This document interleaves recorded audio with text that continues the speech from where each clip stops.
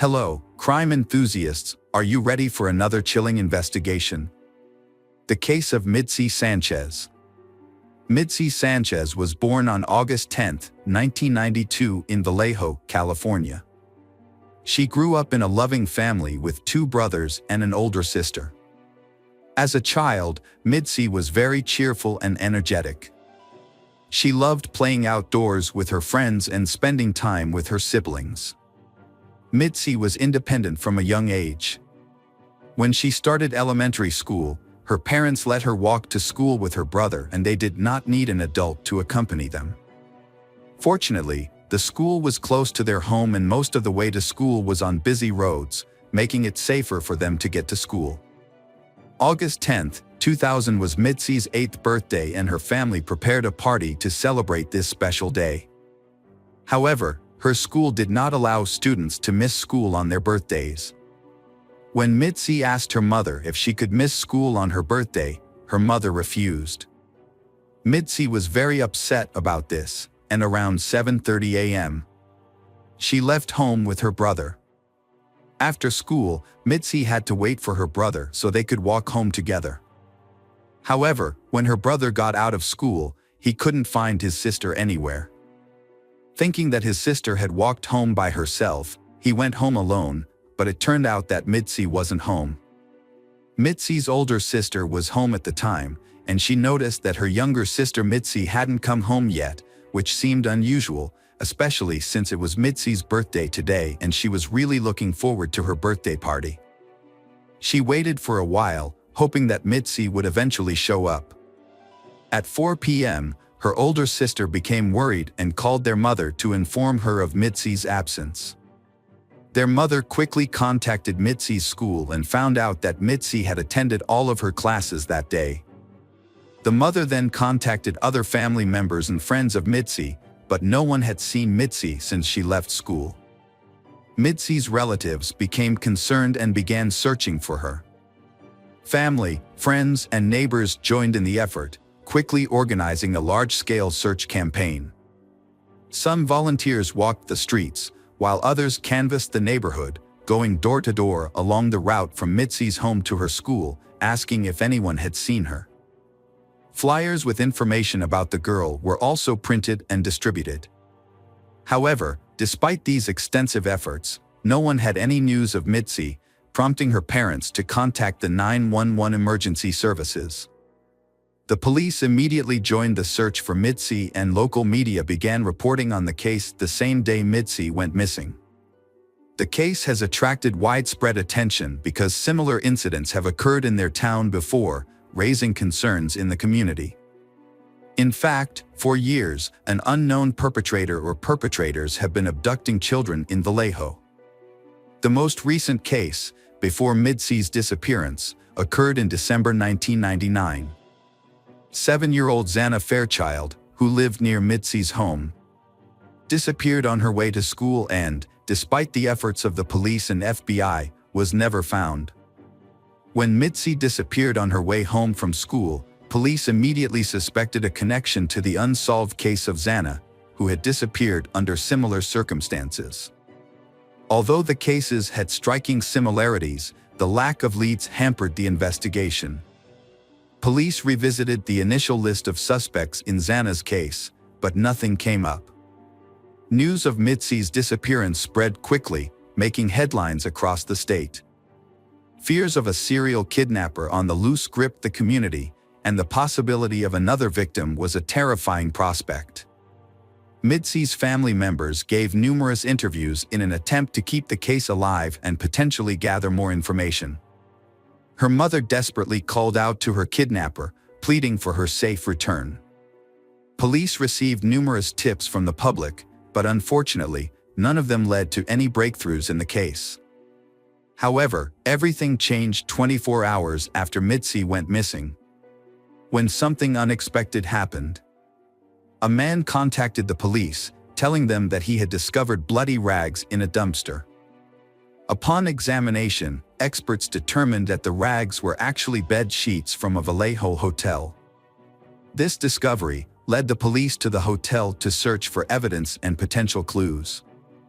Although they could not confirm whether Mitzi had stayed at the hotel, the bed sheets were sent to a lab for analysis, which would take several days to process. In addition to waiting for the test results, the police searched the dumpster, looking for any other clues, but found nothing. The next day, August 12th, the police received another call that changed the course of the case. At approximately 11 a.m., a man reported that he was driving through an industrial area in Santa Clara, when a young girl ran up to his truck, screaming that someone was chasing her. The girl then climbed into the cab of the truck and the driver saw a man running toward them. The girl screamed that he had kidnapped her and wanted to kill her. As soon as she got into the truck, the perpetrator turned around, got back in the car, and drove away. The driver then contacted the police and gave them the girl's name, Mitzi Sanchez. The officers immediately picked her up and took her to the hospital for evaluation. While at the hospital, Mitzi was able to speak to her mother on the phone. Shortly thereafter, her relatives arrived at the hospital and reunited with Mitzi. Meanwhile, the police spoke with the truck driver.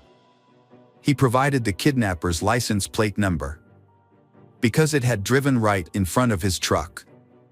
Luckily, if he hadn't been there, the perpetrator might have caught up with the girl.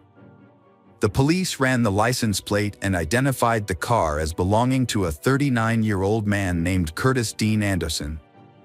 Curtis had a criminal record, including theft, kidnapping, and suspicion of other crimes. As the police focused their efforts on finding the kidnapper, their colleagues were ready to listen to Mitzi's account of what had happened to her.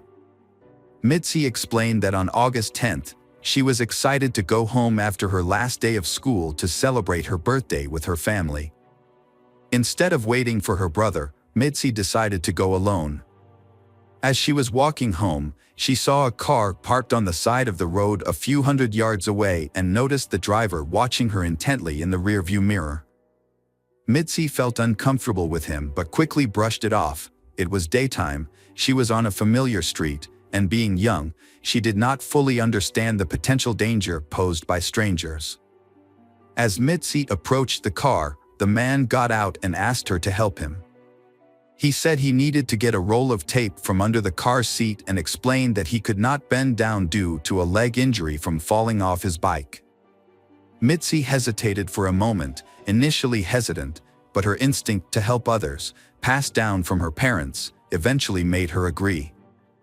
As she reached into the car to get the tape, the man quickly pushed her into the car, covered her mouth to keep her from screaming, and slammed the door shut. Mitzi tried to scream, but it was too late. The kidnapper had driven off in an unknown direction, and she looked out the window in horror. At one point, they passed Mitzi's house and she saw relatives preparing to celebrate her birthday. Minutes later, the kidnapper pulled into a deserted parking lot. He gave Mitzi new clothes, told her to change, and threw her old clothes in a nearby trash can. He also warned her not to try to escape, claiming that he had a gun and that no one could escape him. Over the next few hours, the man drove Mitzi in an unknown direction. At one point, she asked why he kidnapped her, and he simply replied that he had been kidnapped as a child. As night fell, he parked the car and began covering the windows with some rags. He then restrained Mitzi by tying her legs with padlocks. The kidnapper pulled out a bottle of alcohol and forced Mitzi to take a few sips. Although she initially resisted, Mitzi eventually complied with his demands. The man then took out his camera and took several photos of Mitzi before she got in the car. Fearing for her safety, Mitzi tried to stay awake and keep an eye on the situation. Mitzi thought about escaping as she struggled to stay awake. She caught a glimpse of a police car driving past the parking lot, but it was too far away. Even if Mitzi screamed, the police never heard her. The next day, the kidnapper continued to drive her around town. To hide her from view, he made her sit on the floor of the car and covered her with a blanket. Finally, he stopped the car and got out for a few minutes. During this short time, Mitzi tried to get her feet out of the chains, but unfortunately, it was not possible. She also discovered a nail file and tried to use it to pick the lock, but her efforts were unsuccessful. When the kidnapper returned to the car and drove away, he said he had stopped at her parents' house. The kidnapper pretended to be a concerned citizen and asked to distribute flyers around town. Mitzi was shocked and overwhelmed. She was so close to home but still held captive. Over the course of several hours, the kidnapper stopped several times, getting in and out of the car. When it got dark, he drove to a remote area outside of town and parked. There, he committed a heinous crime, sexually assaulting Mitzi. The traumatic experience left Mitzi in a state of shock while the kidnapper fell asleep. The next morning, the perpetrator continued driving, stopping occasionally to buy cigarettes and alcohol. At one of these stops, as he returned to the car and leaned in, something fell out of his pocket. He warned Mitzi not to look, but she disobeyed and caught a glimpse of a large set of keys. Mitzi realized that one of these keys was capable of unlocking the lock on her bike chain. Despite her fear of retaliation from her kidnapper, Mitzi mustered up the courage to act. She took out the keys, selected the one that seemed to fit the lock best, and tried to unlock the chain. Surprisingly, it worked. Mitzi was free of the chain. Mitzi struggled to get out through the car window, but exhaustion left her barely able to move. She gathered all her strength, trying to lift herself up and jump out of the car. As she crawled around the car, she saw her captor, who had spotted her immediately. He yelled for her to come back, but Mitzi was determined to escape. Using the last of her strength, she ran in the opposite direction. The captor chased after her, while Mitzi waved desperately and shouted to the passing cars for help. Unfortunately, they all drove past without stopping. Mitzi continued to wave, because she knew that if she stopped for even a moment, the captor would catch up and harm her. Finally, she spotted a truck, ran towards it, and jumped in front of it. The driver quickly stopped, and Mitzi climbed into the cab.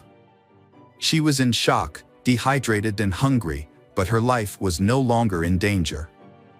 At the hospital, doctors gave Mitzi the help she needed, and soon her entire family came to be with her. News of her miraculous rescue quickly spread, making headlines across the city. When Mitzi returned home, a large crowd of thousands had gathered on her street, cheering and celebrating her belated birthday. Meanwhile, the police were searching for the kidnapper Curtis Dean Anderson. When they showed his photo to Mitzi's mother, she realized that she had actually seen him twice. The first time was before Mitzi was kidnapped, when Curtis stood on the street and looked toward their house. The second time was the day after Mitzi went missing. Curtis came to her house and asked for flyers related to Mitzi's disappearance.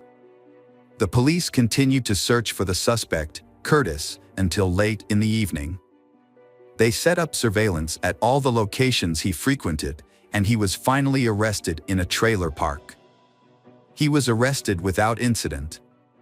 Curtis was then taken into custody pending trial. Police began investigating Curtis's possible links to other crimes. During the investigation, they learned that Mitzi was not his first victim.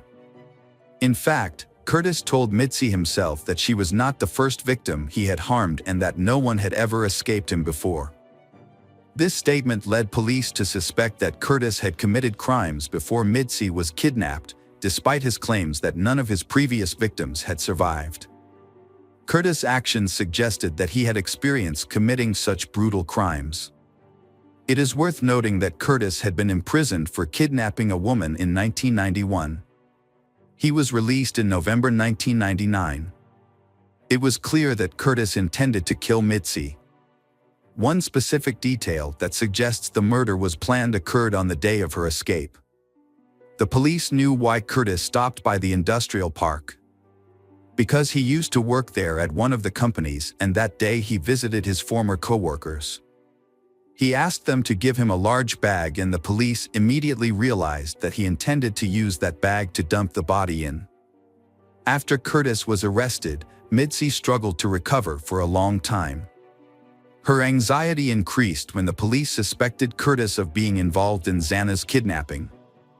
Although Mitzi was relieved to be safe, she was still worried about the condition of her friend Xana Fairchild, 7, who had been missing for more than 8 months without any updates on her condition. Desperate to help find Xana, Mitzi joined a search effort, but unfortunately, no new leads were discovered. This continued until January 2001, when a human skull was found in the mountains near the city of Santa Cruz. Forensic analysis confirmed that the skull was that of Xana, and she was officially declared dead. This news devastated Mitzi. When the trial began in April 2001, Mitzi was required to testify about her experiences in front of a crowded courtroom. During her testimony, she had to provide every detail of what Curtis had done to her. Despite Curtis being present in the courtroom, Mitzi was still able to tell her story courageously. As a result, Curtis was sentenced to 251 years in prison, but his story did not end there. While in prison, detectives frequently questioned Curtis about his possible involvement in other crimes. A breakthrough came when an inmate reported that Curtis had confided in him about the kidnapping and murder of 8 girls. Although the inmate cooperated with police, sharing details of Curtis's story, he did not reveal all of his secrets. He did not deny the information he had confided in him, but instead attempted to negotiate benefits in exchange for speaking with police. Curtis eventually admitted to the murders of Xana Fairchild and at least 13 other girls and women. It was not until 2005 that he confessed fully to Xana's murder, for which he received an additional 50-year sentence. Mitzi's struggles did not stop after Curtis's trial. She faced a new challenge when she returned to school just weeks after her rescue. Her classmates bullied and taunted her, calling her the kidnapped girl and saying that she should have died instead of being saved. These cruel comments made her school years a burden, and eventually, she could no longer bear the pressure. Mitzi became increasingly dependent on alcohol to cope with the stress. And she felt desperate to return to normal life. However, her life took a drastic turn after a serious car accident at a party, in which she broke her neck and arm. She was in a coma for 2 weeks. When she woke up, doctors informed her that she was pregnant and would give birth to a baby girl. This news turned her life upside down, and Mitzi found the strength to change her life for the better. Curtis died of illness in 2007, 6 years after his conviction. Welcome back, mystery lovers. Today's case is going to keep you on the edge of your seat. The case of Rhonda Casto. Julia Simmons lives with Stephen Nichols, a divorced stock trader, in his 3-bedroom house outside Portland, Oregon. Julia and Stephen met online while she was looking for a place to rent. Julia was impressed by Stephen's charm and kindness. While living together, Stephen met Rhonda Casto, Julia's 20-year-old daughter. Although he is 10 years older than Rhonda, Stephen was attracted to her beauty and admirable personality. Surprisingly, Rhonda also had feelings for Stephen. From there, they began a romantic relationship. As Stephen and Rhonda's relationship became more serious, they decided to live together in Stephen's apartment. During their relationship, Stephen developed a close relationship with Rhonda's family, especially with her 2 sisters, Melanie and Tessa. Tessa, who was 9 years old at the time, was very fond of Stephen because of his fun and playful personality. As the years passed, Stephen and Rhonda lived together but were not married. Rhonda often dreamed of getting married, and her friends knew this. Stephen promised to marry her in the summer of 2009. They had a baby girl, and motherhood became the best thing in Rhonda's life. Her daughter became the center of Rhonda's life, and she cherished every moment with her. She loved being a mother, but also wanted to return to her modeling career. According to Stephen, after giving birth, Rhonda gained a lot of weight and felt unhappy with her body. They decided to hike 25 of the most beautiful trails in Oregon together to help Rhonda lose weight. Stephen said that their relationship was good, they rarely argued and became closer. However, Rhonda's friends told a different story. They revealed that Rhonda had confided in them about Stephen's abuse. Rhonda even took pictures of her back in the mirror to document the bruises Stephen had caused. On March 16, 2009, Stephen and Rhonda, both 23 years old, went hiking together on the Eagle Creek Trail. During the hike, Rhonda took a picture of Stephen using his cell phone. Before leaving, Rhonda jokingly texted her mother, saying, "He's either going to give me a ring or throw me off a cliff. Haha." Initially, the weather was nice. However, Stephen later said that Rhonda began to act strangely. According to Stephen, Rhonda asked him what would happen if something happened to her and if he would take care of their daughter. He replied that of course he would. When the weather started to get worse, Stephen suggested that they go home. Stephen said that Rhonda wrapped a towel around her shoulders, called herself Superman, and ran down the narrow, slippery path.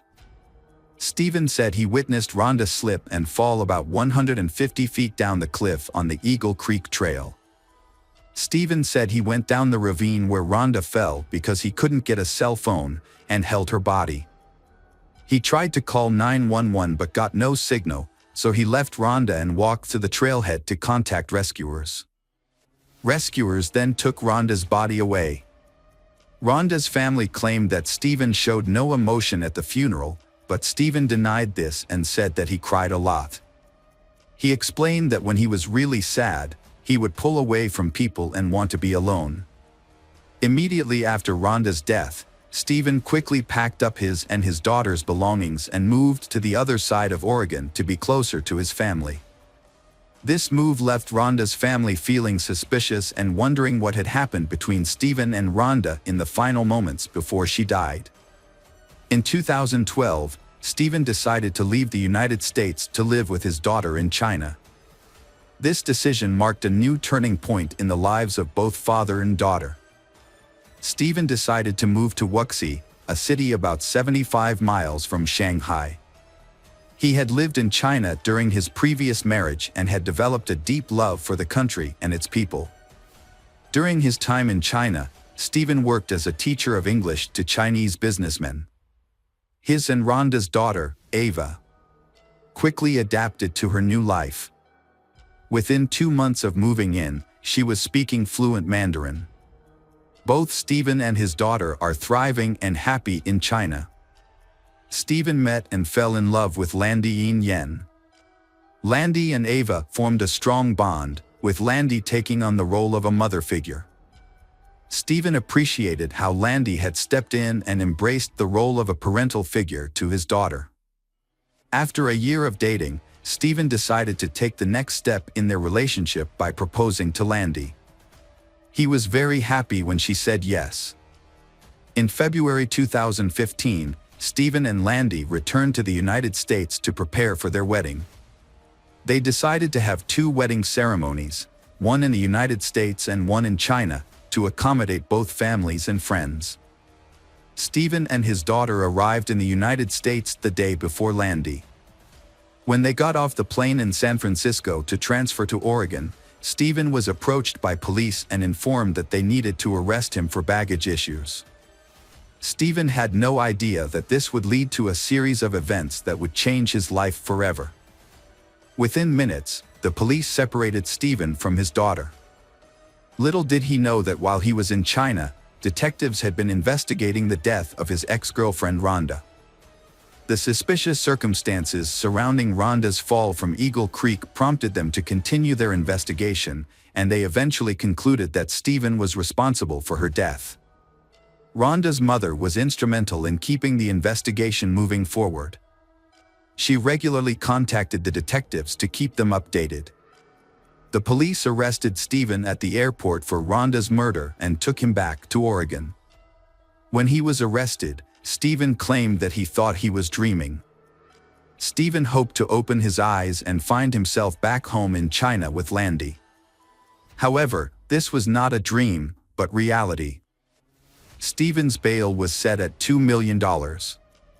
He was jailed for 14 months awaiting trial. The judge reduced Stephen's bail to $250,000, which his attorney paid. Stephen was released on bail but must wear an ankle monitor. When Rhonda's family learned of Stephen's arrest for murder, they were overjoyed that justice had finally been served. Rhonda's mother, in particular, was overcome with emotion and burst into tears upon hearing the news. Stephen's arrest brought relief and comfort to Rhonda's family, who had been grieving her loss for years. After Stephen's arrest, his legal team conducted an investigation at the Eagle Creek trailhead where Rhonda died. Their goal was to conduct tests that would prove to the court that Rhonda's death was the result of a slip and fall accident, not Stephen's pushing her. During a preliminary hearing, Rhonda's autopsy revealed that all of her injuries were below the waist. This finding became a key element of Stephen's defense strategy, providing the basis for arguing that Rhonda committed suicide, not murder. Stephen's defense argued that Rhonda's pelvic injuries were caused by the impact of her fall. They argued that the evidence showed that Rhonda fell feet first, not somersaulting, suggesting that she had been pushed. In addition to presenting evidence of Rhonda's injuries, the defense also wanted to introduce notes from her therapy sessions as additional evidence. The notes show that Rhonda was depressed but never suicidal. Rhonda also described her relationship with Stephen as lacking love. Stephen's defense attorney argued that Rhonda's depression and the way she described the relationship were signs that she was suicidal. They introduced this evidence to cast doubt on the claim that Stephen pushed Rhonda to cause her death. Stephen also claimed that Rhonda had attempted suicide multiple times before they met. Rhonda's family denied these allegations and said Stephen was lying. They accused Stephen of blaming Rhonda for her suicide to cover up his crimes. Stephen also claimed that Rhonda had been abusing drugs since she was 12 years old. According to the medical examiner's report, Rhonda used only small amounts of marijuana and prescription medications to treat postpartum depression and anxiety. This contradicts his claim that she abused multiple substances. During the preliminary hearing for Rhonda's murder, a shocking revelation was made. Stephen, in his early 30s, had been having an affair with Rhonda's 16-year-old sister, Melanie. This came as a surprise to many due to the significant age difference between them. The prosecution argued that this inappropriate relationship may have been the motive for Stephen's murder of Rhonda. They believed that Rhonda had discovered her husband's behavior, leading to tension that may have led Stephen to kill her. After being arrested for Rhonda's murder, Stephen was indicted on 5 additional counts of sexual abuse against Rhonda's sister, Melanie Casto. Specifically, 2 counts of third-degree sexual assault and 3 counts of third-degree oral copulation. While awaiting trial for the 2005 murder, Stephen pleaded guilty to 2 counts of sexual abuse. He signed a statement admitting to having sex with Melanie Casto on 2 occasions. However, Stephen later claimed that he was coerced into confessing and that his confession was untrue. Stephen explained that he only confessed because he believed doing so would allow him to fight and have a chance to regain custody of his daughter. Stephen claimed that he wanted his daughter back and felt desperate. However, the state pointed out that the relationship between Stephen and Melanie had lasted for more than 4 years. Stephen later admitted to having sex with Rhonda's teenage sister, Melanie. The state presented evidence in the form of a text message from Rhonda to Melanie. In the text message, Rhonda called Stephen a piece of trash and accused him of using Melanie to hurt her. This occurred before the fateful hike at Eagle Creek, where Rhonda died after falling. Rhonda's mother claimed that her daughter knew that Stephen was trying to drive a wedge between the 2 sisters. She added that Rhonda loved her sister and wanted to mend her relationship with Melanie.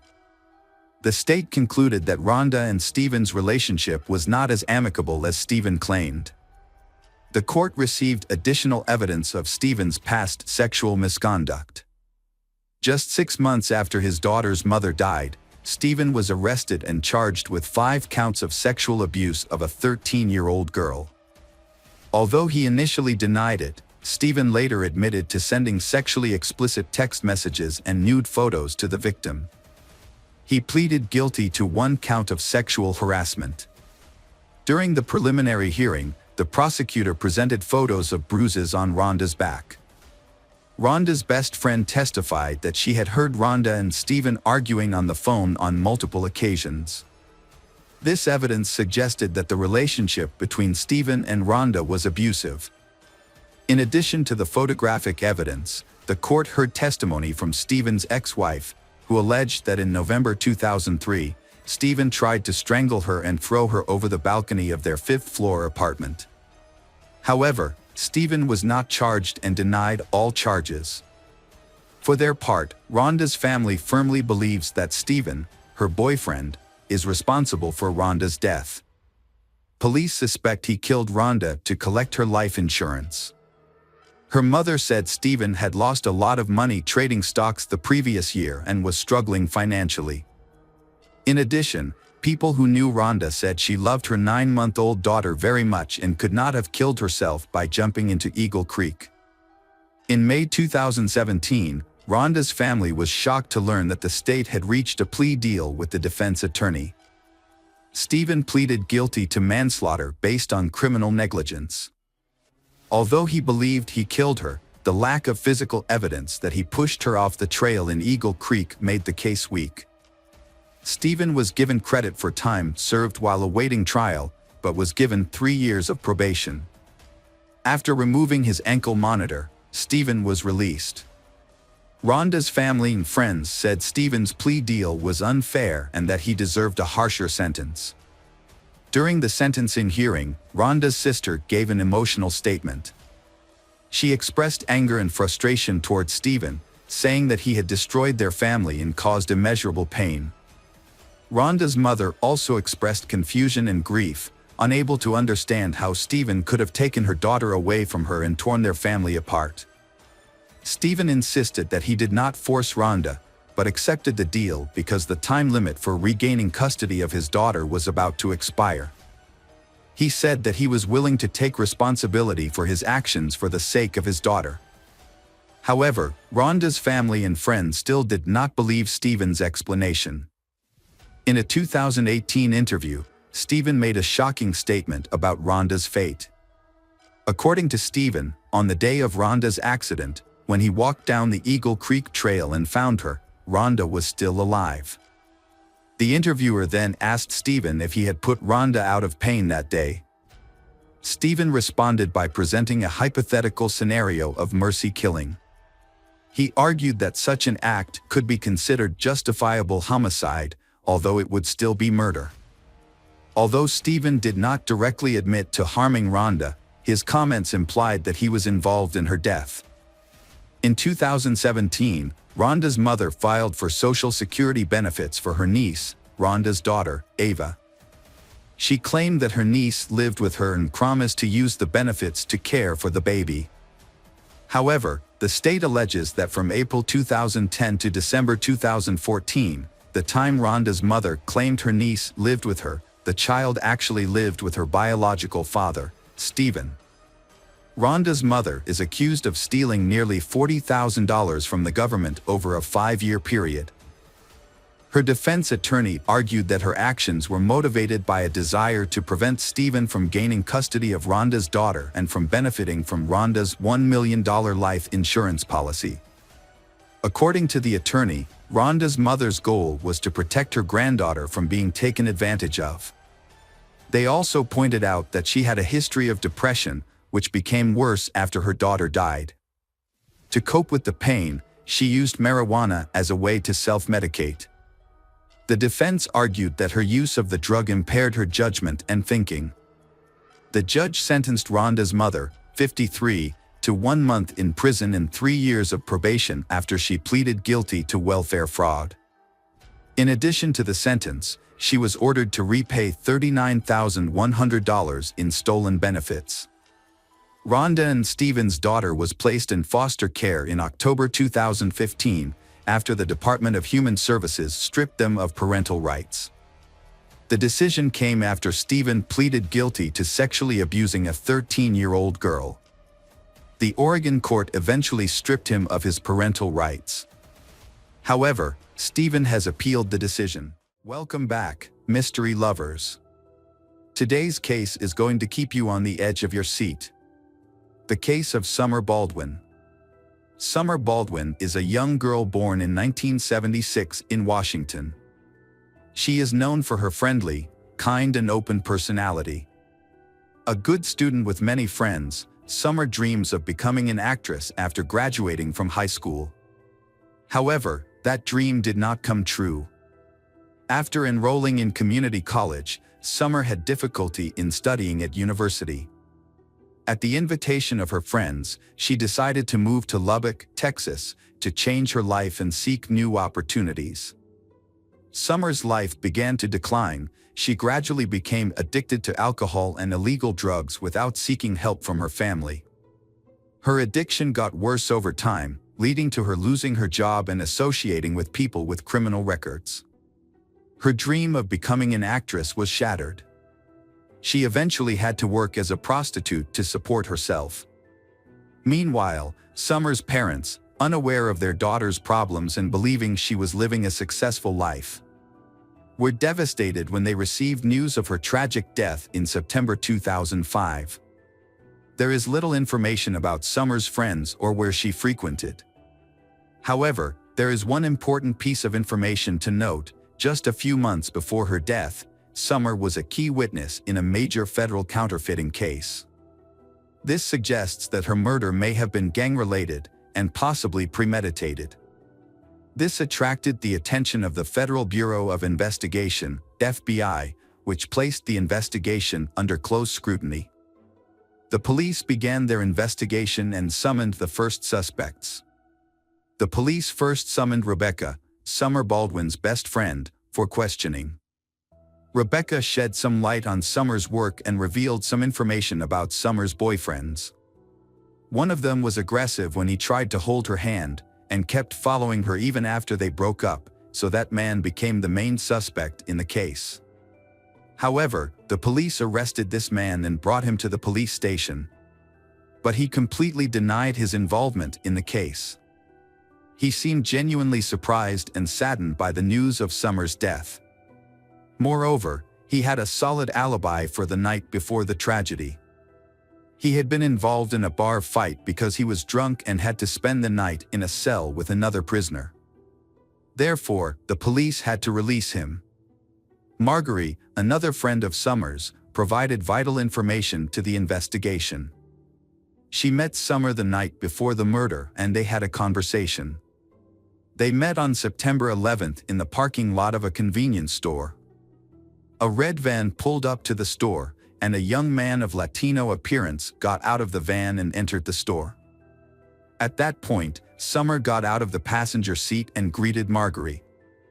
She told Marguerite that the man was a customer of hers, and that it was the second time she had seen him recently.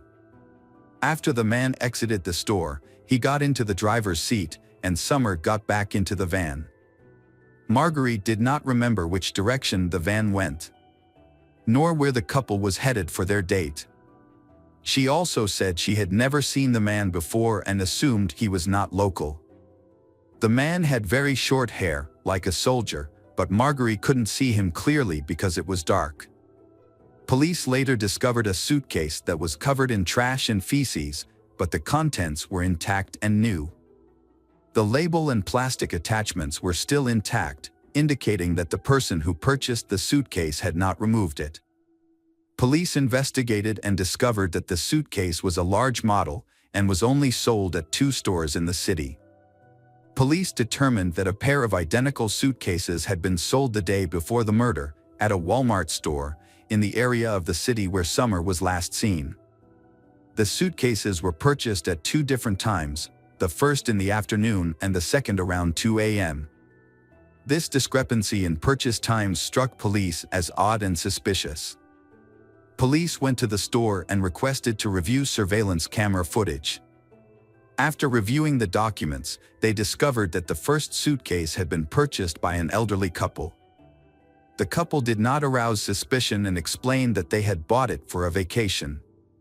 However, the second suitcase was purchased by a young man who appeared to be Latino, had a slim build and very short hair, and looked like a military man. This led the police to suspect that this was the man the witness had mentioned when he saw him with Summer in the supermarket parking lot. This man also bought a pair of disposable gloves. The coincidence was so great that the police believed they had found the right person. This man was very careful to use cash to make payments instead of a card, in order to eliminate any personal traces. However, he did not anticipate that there would be cameras that would detect him.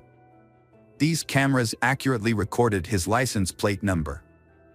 The police quickly identified the owner of the car as Rosendo Rodriguez, a reservist in the United States Marine Corps. He had been in town for several days with his unit for training.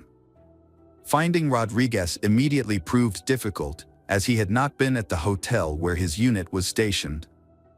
However, police had his details and discovered that he had withdrawn a large sum of money from an ATM at another hotel, which may have been used to pay for the suitcase and gloves. Rodriguez had not stayed at the hotel where he used the ATM. Instead, a man named Thomas Rodriguez had checked in on September 11th. It turned out to be the same man, but using a different name for reasons unknown. The hotel room Rodriguez had rented, from which he had checked out, had not been cleaned, yielding crucial evidence. There were brown stains and splatters on the carpet, bed, and walls that looked like dried blood. A card from a new suitcase was found near the bed, and a trash bin contained used birth control pills and disposable gloves.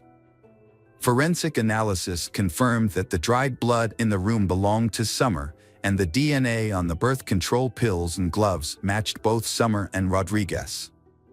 There was no doubt that they had found the killer, but Rodriguez had left town by then.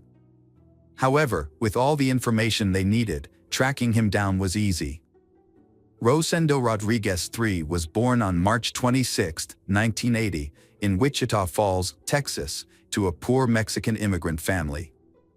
Reports indicate that he experienced violence and harsh treatment as a child. His father, described as domineering and aggressive, struggled with alcoholism and was often abusive to his wife and children. Throughout his childhood, Rodriguez showed an aggressive nature, often getting into fights at school. However, as he grew older, he learned to control his anger. After graduating from high school, he attended Texas Tech University and moved away from his parents, living on his own. He held a variety of jobs before deciding to serve in the U.S. Marine Corps, including working at a pizza parlor, as a mail carrier, and as an office worker. His military colleagues described Rodriguez as quiet, disciplined, and responsible.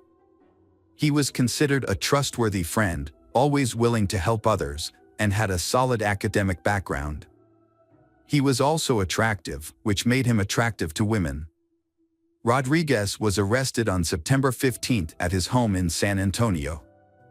When police arrived, he remained calm and appeared unaware of the seriousness of the situation. During the search, a striped shirt and shorts were found, matching the outfit he was wearing when he purchased the suitcase, which was captured on surveillance video. His laptop and cell phone were also confiscated. During the first weeks, Rodriguez remained silent and denied any involvement in the murder of Summer Baldwin. However, the evidence against him was overwhelming, so, on the advice of his lawyer, he began to tell his version of the story, which differed greatly from the scenario set up by forensic experts. Initially, Rodriguez explained that he had accidentally checked into a different hotel than his teammates. He only knew the name of the hotel chain where they would be staying. And after checking in, he realized that the others were staying in a different location. He decided not to move because the military leadership said it was unnecessary. However, he did not explain why he checked into a room under a different name. On the morning of September 10th, Rodriguez rented a van to make it easier to move. That evening, while walking around the city, he said he ran into Summer Baldwin. According to his account, he saw a blonde woman sitting on a bench by the side of the road, covering her face with her hands as if she were crying. Curious and concerned, he stopped to check if she was okay and needed help. They began chatting, she calmed down, and then they went to his hotel room, where they talked and had a few drinks. In his testimony, they were not intimate. The next morning, Rodriguez drove her home, but they agreed to meet in the evening. He picked her up at the same location around 9 p.m. and went to a supermarket where Summer met her friend Marjorie. They then returned to the hotel, where Rodriguez said there was consensual intimacy between them.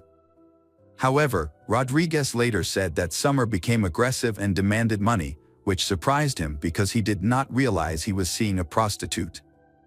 And Summer's demand for money made him feel threatened. He disarmed her and punched her in the face, causing her nose to bleed. Rodriguez claimed that he had no intention of harming Summer and that his actions were in self-defense. However, just a few minutes later, Summer collapsed on the bed, convulsing and foaming at the mouth. Rodriguez said that he tried to help her, but was unable to perform CPR due to the blood and foam on her face. After a minute, Summer stopped breathing and Rodriguez realized that she was dead. He became panicked and took several actions to cover up the incident. Rodriguez went to a nearby store, bought a suitcase and gloves, then returned to the hotel, put Summer's body in the suitcase and threw it in the trash. He knew that the suitcase would be taken to the landfill the next morning. Rodriguez then checked out of the hotel, returned the rental car and drove home to San Antonio, trying to pretend that nothing had happened. However, investigators found several inconsistencies in Rodriguez's testimony that suggested he had lied. One of the key pieces of evidence was the testimony of Marjorie, who met Summer in the parking lot on the night of the murder. Marjorie claimed that Summer made it clear to her that the man was her client, with whom they had previously had a paid encounter. Rodriguez claimed that everything between them was consensual, but evidence on Summer's body suggested that she had been taken advantage of. It is possible that their first night together was consensual, which is why Summer agreed to meet Rodriguez again. However, Rodriguez's testimony that he only hit Summer once in the face to calm her down does not appear to be true. The autopsy revealed approximately 30 new bruises on Summer's head and body on the night of the murder, along with several stab wounds. This suggests that Rodriguez used violence against Summer. Additionally, the fact that Summer was still alive when Rodriguez stuffed her into the suitcase contradicts his testimony that she was dead. Another notable point is that during the investigation at Rodriguez's home, police seized his laptop. When they reviewed his search history, they discovered that Rodriguez had been actively searching for information about Summer, whether the police were looking for her, and whether her body had been found in a dumpster. It is worth noting that Rodriguez also frequently searched for information about Joanna Catherine Rogers, a 16-year-old girl from Lubbock who had gone missing a year and a half earlier. When authorities offered Rodriguez a plea deal in exchange for information about Joanna's fate, he reluctantly accepted and told his story. He said he met Joanna, a high school student in Lubbock, in late April 2004. After several meetings, they went to his hotel room on May 4th. An argument over money ensued, along with threats of a rape lawsuit. Meanwhile, Rodriguez gagged Joanna to keep her quiet, but this action inadvertently caused her death. He then put the body in his suitcase and threw it in the trash to dispose of it. Rodriguez initially confessed to these actions but later recanted, claiming he was coerced. To strengthen the case, the police conducted a large search of the city's landfill in search of Joanna's body. More than a year later, they found a suitcase containing Joanna's body. Although the body was badly decomposed, DNA testing confirmed the identity of the body. The evidence gathered allowed the authorities to charge Rodriguez as a serial killer with heinous crimes and a consistent modus operandi. The trial, sentencing, and execution followed. Despite the overwhelming evidence of guilt and the severity of the case, Rodriguez continued to hope to avoid the death penalty until the very end. However, the court made a different decision due to newly discovered information. The victim, Summer Baldwin, was 3 months pregnant at the time of her death. This aggravating factor led to the court finding Rodriguez guilty of first-degree murder and sentencing him to death by lethal injection. Rodriguez and his attorney appealed several times, but were all rejected. On March 27, 2018, nearly 10 years after his conviction, Rosendo Rodriguez was executed at the Huntsville prison in Texas.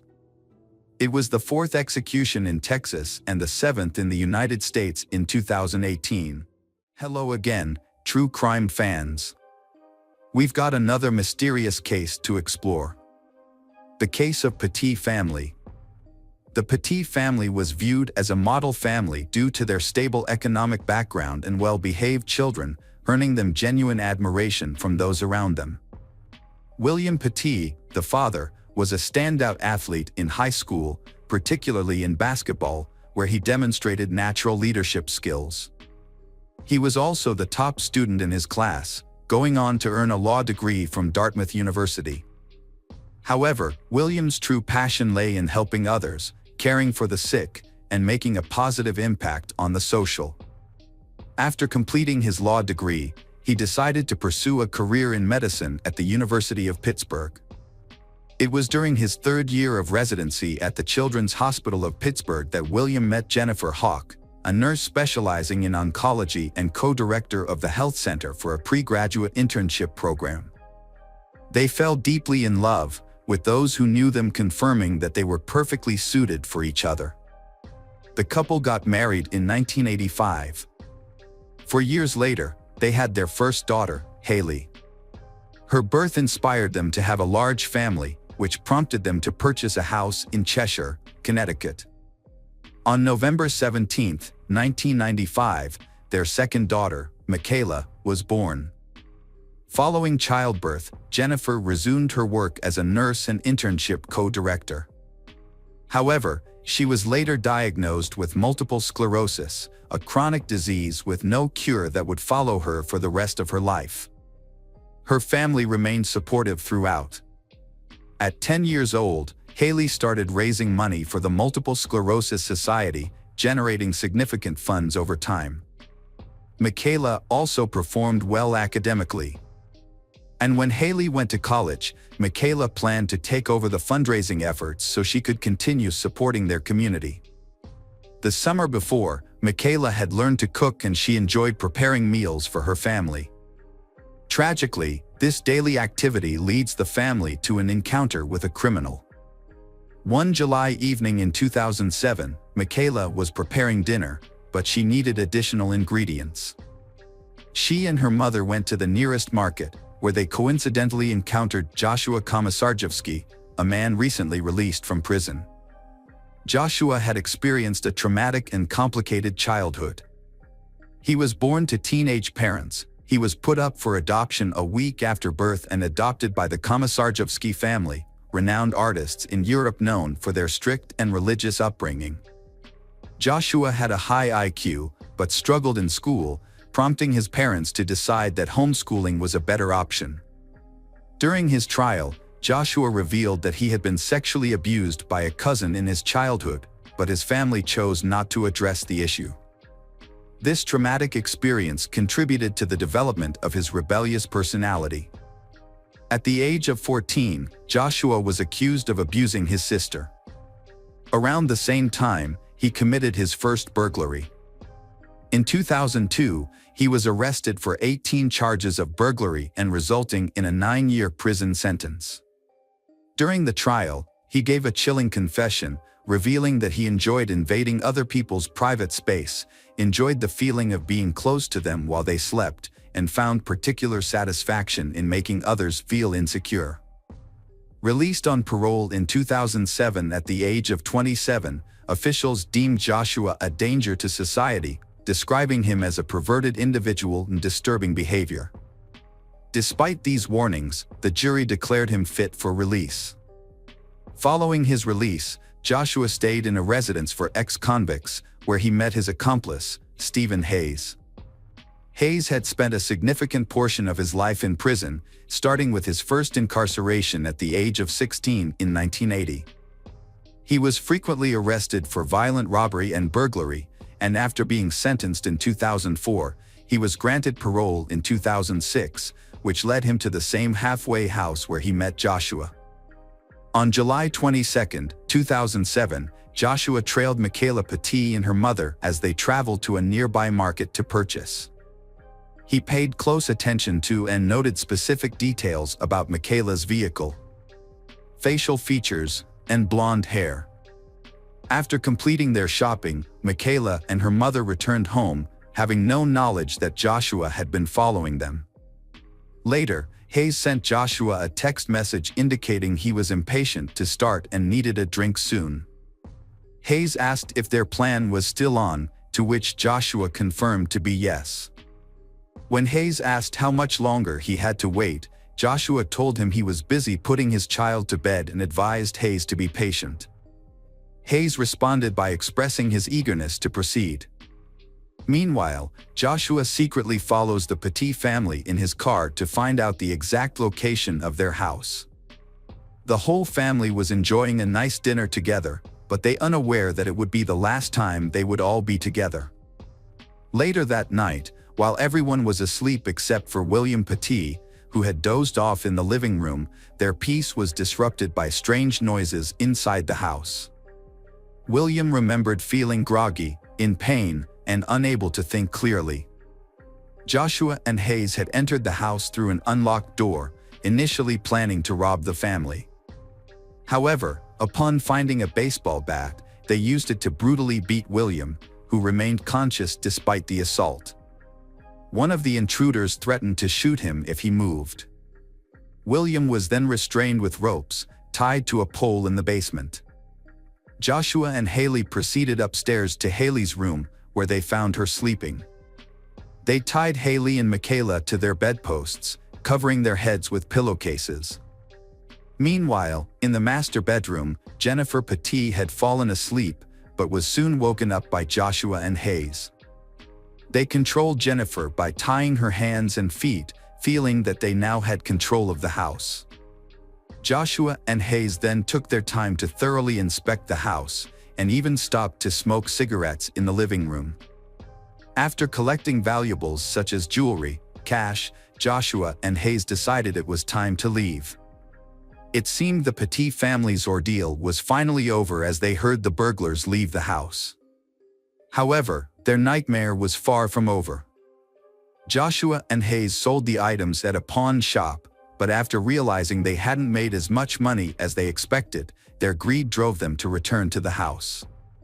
When they returned to the Petit house, they discovered a check register with $40,000 and decided to steal a total of $155,000.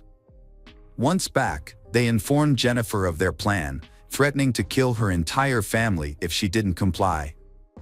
Desperate and prioritizing her daughter's safety, Jennifer reluctantly agreed to accompany Hayes to the bank the next morning. Meanwhile, Joshua took advantage of Jennifer's absence to enter Michaela's room. He untied Michaela, undressed her, and took photos with his cell phone. He assaulted her, recording the act. Afterward, Joshua took her to the bathroom to clean her, aiming to eliminate any DNA evidence. He ordered her to put her pajamas back on and tied her up again. The evidence that Joshua raped Michaela was found during her autopsy. State Medical Examiner Dr. Wayne Carver discovered Joshua's DNA in Michaela's body. At the bank, everything initially seemed to go smoothly. However, Hayes failed to notice Jennifer's actions while she was in line. Before approaching the teller, Jennifer wrote a note on a flyer asking for help. The note read that her name was Jennifer Petit, she needed to withdraw $115,000 from her savings account, and that her family was in danger, so Jennifer asked them to call the police, or her family would be killed. The teller gave Jennifer the money despite her lack of identification. With the cash, Jennifer left the bank and returned to the car with Hayes. The bank employee immediately called the police to report the incident. However, the manager told the 911 dispatcher that Jennifer had indicated the home invaders were being nice and only wanted money.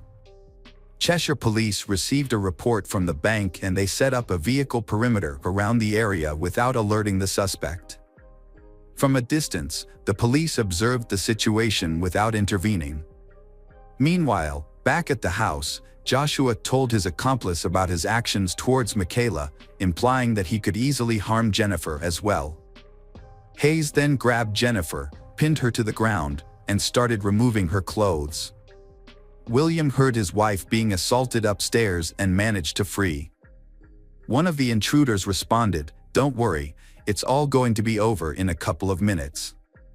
William crawled to the basement stairs and eventually made it to the backyard. William thought the intruders would shoot them all soon, so he knew he had to act fast. Joshua checked on William but found he had escaped.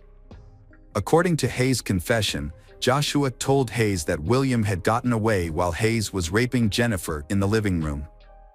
Upon hearing this, Hayes strangled Jennifer to death while continuing to assault her. Shortly after, they heard William shouting for help.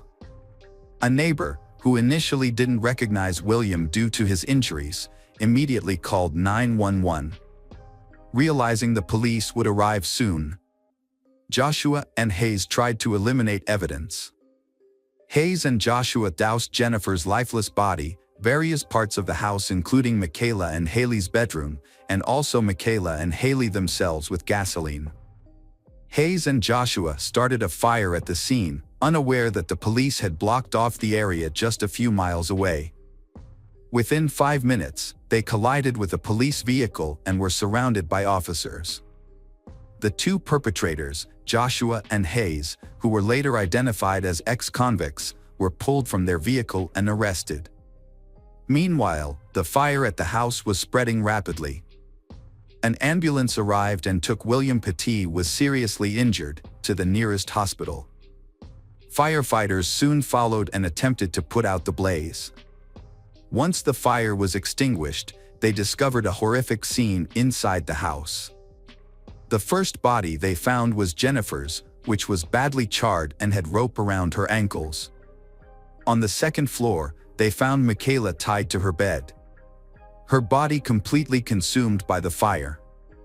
In a desperate bid to escape, Haley had managed to break free restraints but collapsed just a few meters away due to smoke inhalation.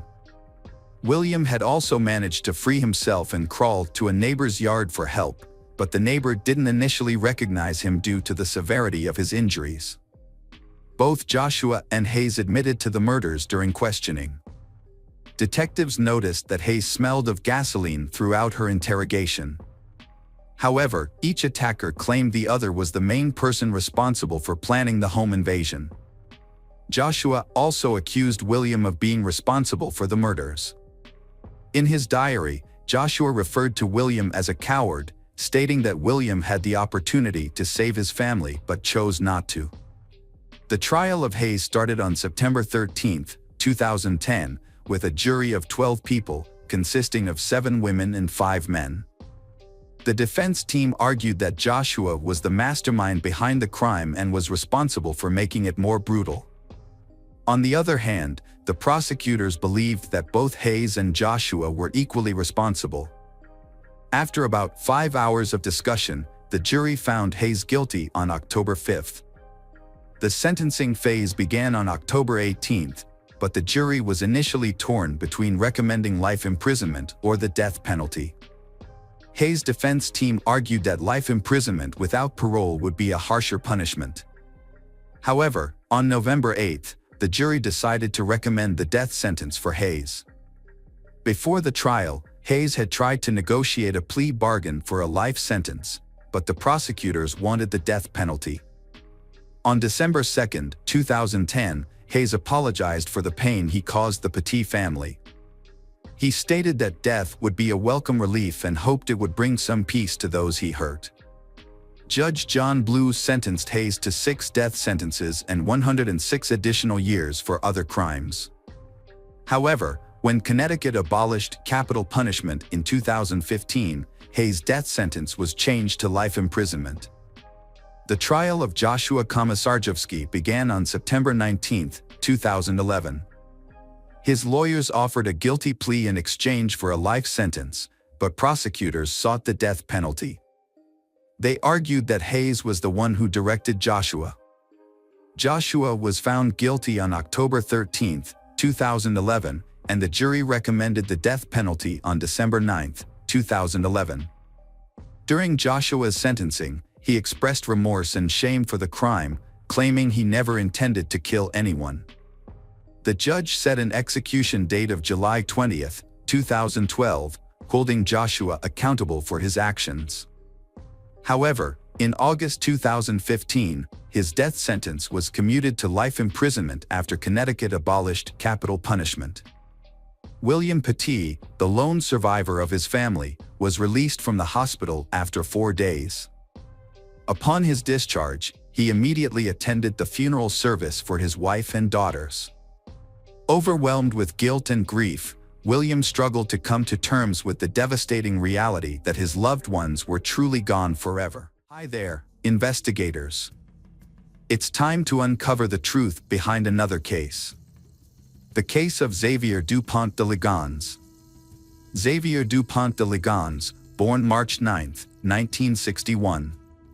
He is the eldest son of the French Count Bernard Hubert Dupont de Lignes and his wife, Geneviève. Xavier had a younger sister named Christine.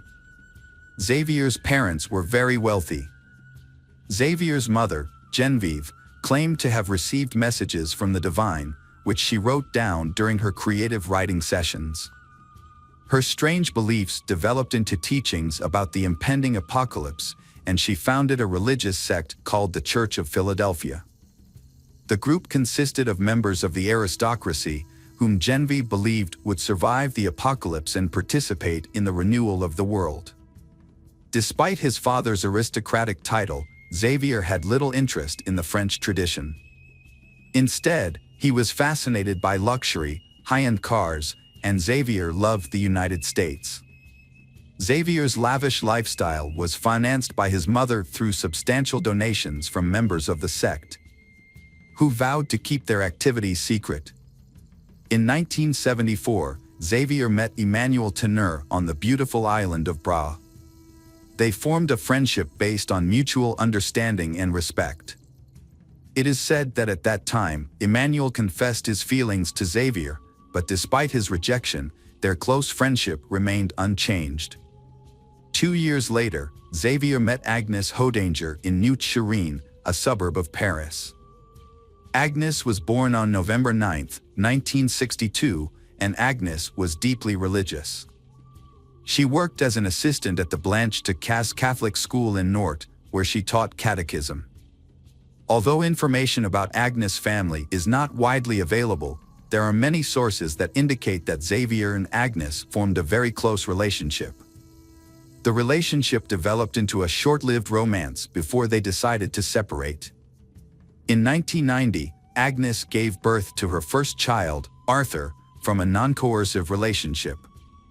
Soon after, she and Xavier got back together, rekindled their love, and decided to marry. Xavier adopted Arthur as his son. 2 years after the breakup, they welcomed the birth of their second son, Thomas, who was considered the heir to the family. To commemorate this important event, Xavier chose Emmanuel as the first person to support Thomas. After Thomas, the couple had 2 more children, Anna and Benoit. The family of 6 lived happily. Xavier showed himself to be a loving father and his children excelled in school, opening up a promising future.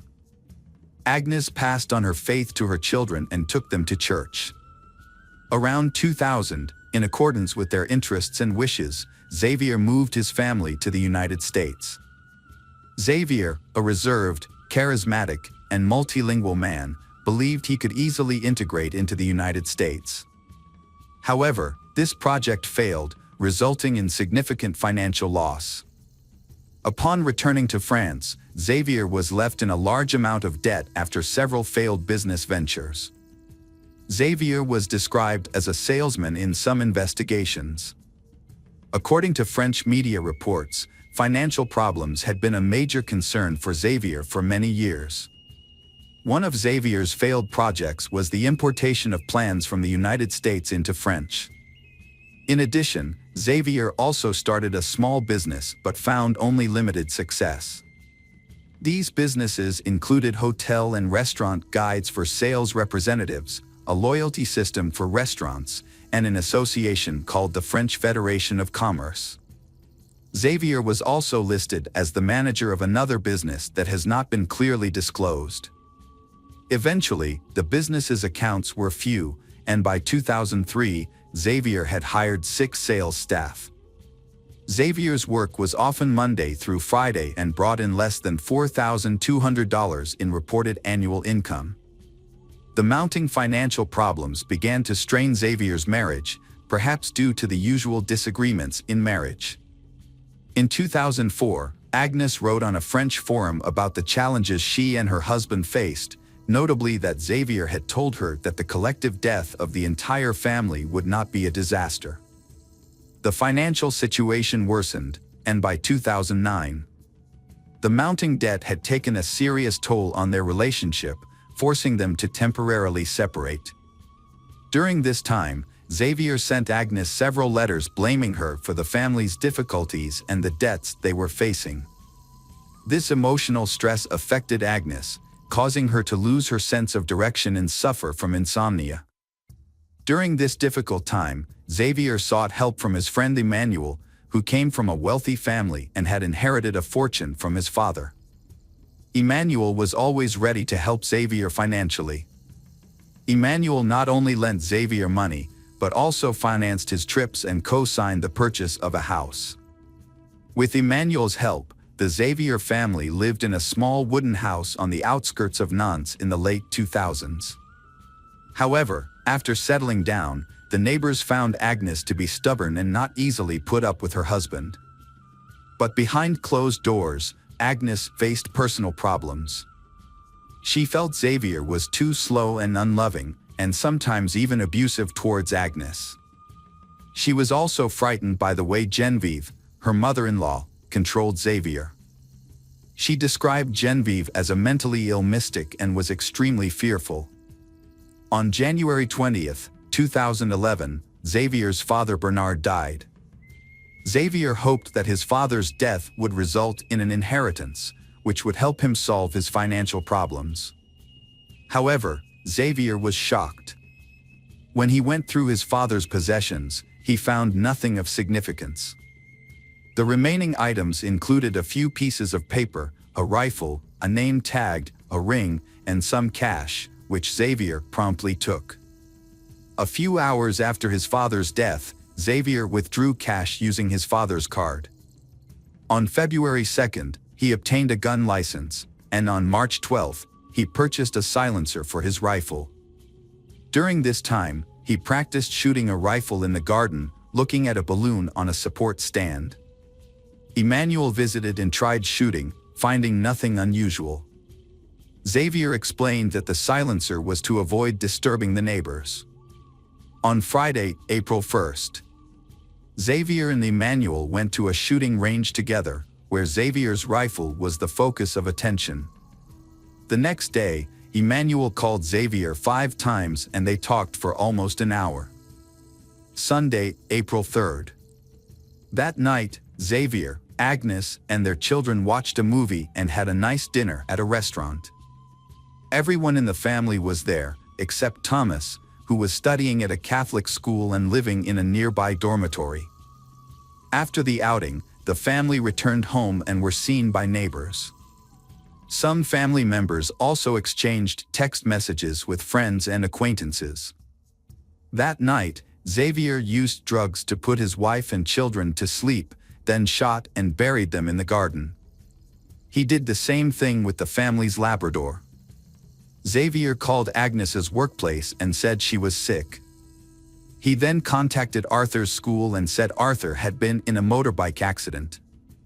He then contacted Anne and Benoit's school and said they were sick. In the afternoon, Xavier sent a letter to the restaurant where Thomas worked, saying that Thomas would resign because his father had been transferred to Australia. However, Xavier still had to deal with Thomas. On Monday, April 4th, Xavier contacted Thomas and had dinner with him at a restaurant near Thomas's university dormitory. After the meal, Thomas returned to his room exhausted. The next day, Thomas received an urgent text message from his father, saying that Agnes had been in a bicycle accident and was in a coma at the hospital, prompting Thomas to go to Nantes immediately.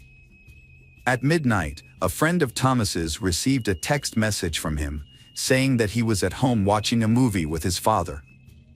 Thomas was probably dead by then. About an hour later, Xavier emailed Emmanuel, arranging to meet up soon.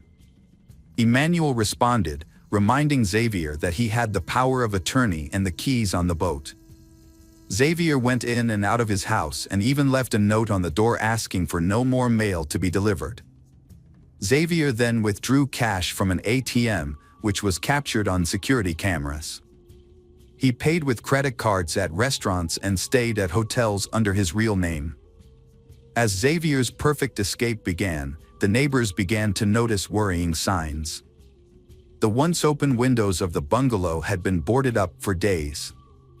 The 4 children of the Xavier family were no longer seen playing outside. The dogs were no longer heard barking, and Agnes was nowhere to be seen. All disappeared without a trace. Concerned neighbors began investigating and contacted the police. When police arrived, they discovered a nearly empty refrigerator with only a few jars of jam left. In the kitchen, a mop still had food on it, and a ring was placed on the living room table. Guitars were on the sofa, but no one was home. Police found empty picture frames, and the closet was empty of clothes. In the midst of the mystery, on April 9th, a letter appeared, sent to Xavier's family and friends. The letter claimed that Xavier had been hired by the U.S. Drug Enforcement Administration and that the family had gone undercover as part of a witness protection program, explaining why they had suddenly disappeared and had not communicated. Suspicion and concern grew among neighbors who sensed something was amiss. Fearing for the family's lives, they urged the police to investigate further. As the case gained media attention, more details emerged. On April 15th, security cameras captured Xavier entering a small hotel near Cannes. He parked his car, picked up a bag, and disappeared into nearby woods. This was the last time he was seen. Police returned to the family home Xavier on April 21, 2011. There, they discovered a new plot of land under the terrace. When they dug, police found the bodies of Agnes and her 4 children. Each had been shot 2 to 3 times and were wrapped in bags, covered with religious symbols, and carefully buried in sacks of quicklime. The family's 2 Labrador retrievers were also found buried. Despite a thorough search, no traces of blood, fingerprints, or DNA were found. Xavier became the most widely circulated person in France because of his alleged murder. His image appeared on every news bulletin. However, it seems that Xavier has mysteriously disappeared from the face of the earth. Autopsy results of 5 victims showed most of the bullets were shot in the head. In addition, traces of sedatives were found in the bodies of the children, which confirmed the hypothesis that they attacked while they were sleeping. A remarkable detail began to appear around Agnes. In the master bedroom, police discovered a device that Agnes used to control her sleep apnea, which had stopped working at 3:27 a.m. on April 4th. Because of the close relationship between Xavier and Emmanuel was called in for questioning by the police. Emmanuel cooperated with initial investigations. When Emmanuel was questioned about the exported rifle, Emmanuel initially knew about it. However, upon further investigation, the police discovered many inconsistencies in Emmanuel's testimony.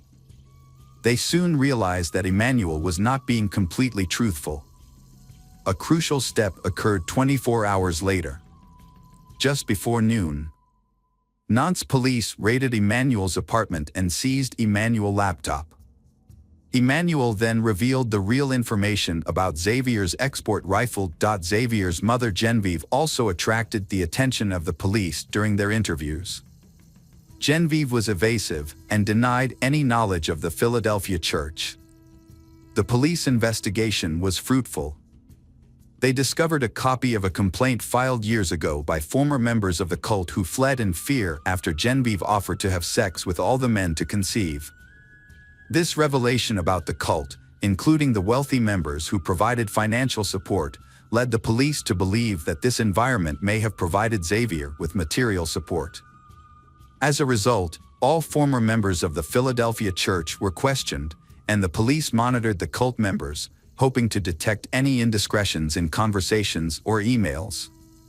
When the police examined the computer hard drive, they discovered many email exchanges between Emmanuel and Xavier.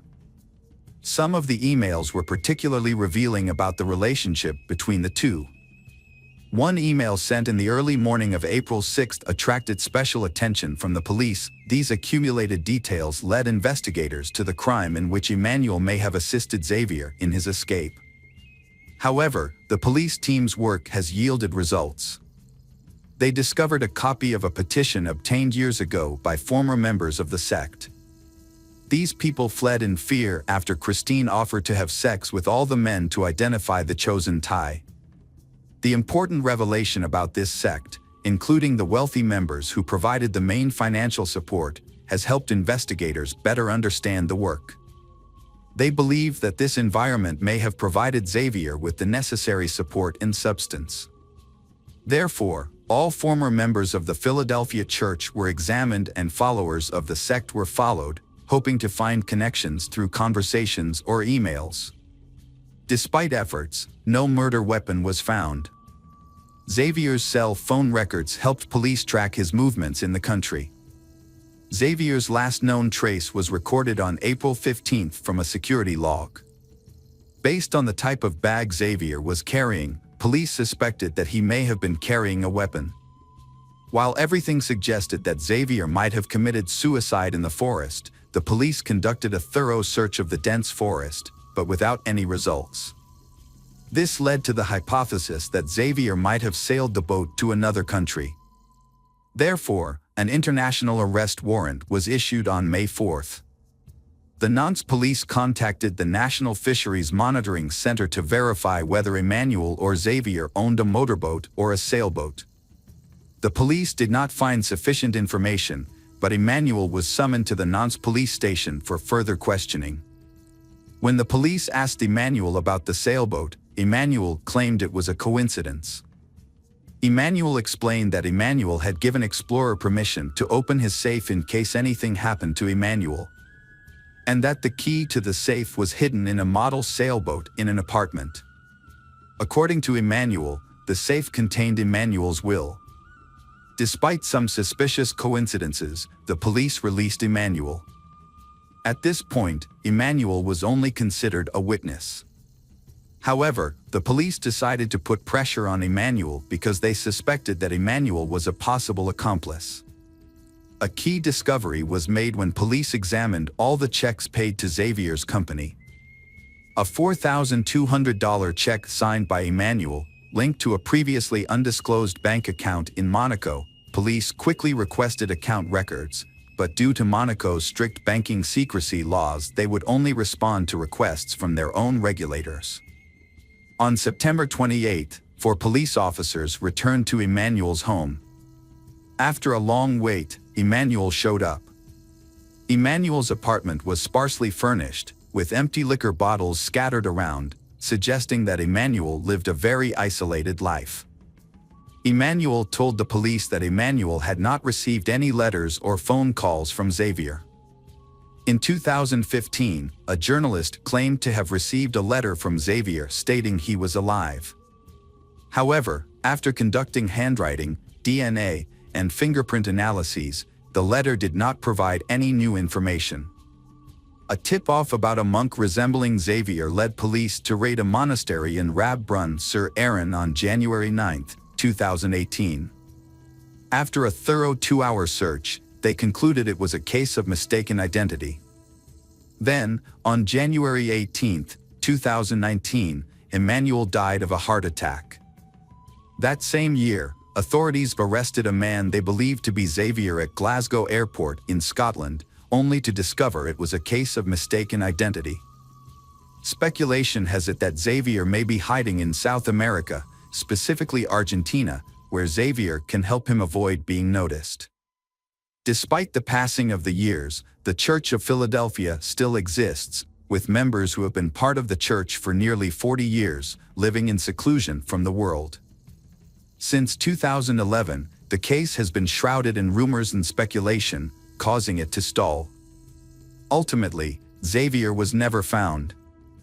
The perpetrators responsible for the deaths of Agnes and her 4 children have still not been found. Hello friends, welcome to our channel. Today we're going to take a look at another horrible case with you. The case of Shelby Aaron Vaughn Holt. Shelby Aaron Vaughn Holt was born on September 7, 2000, in Fort Wayne, Indiana, United States. She was the second of 5 children in her family, which included her mother, Shauna Hartman, father Toby Vaughn Holt, older sister Peyton Hartman, and younger siblings Davin Vaughn Holt and Isaac Vaughn Holt.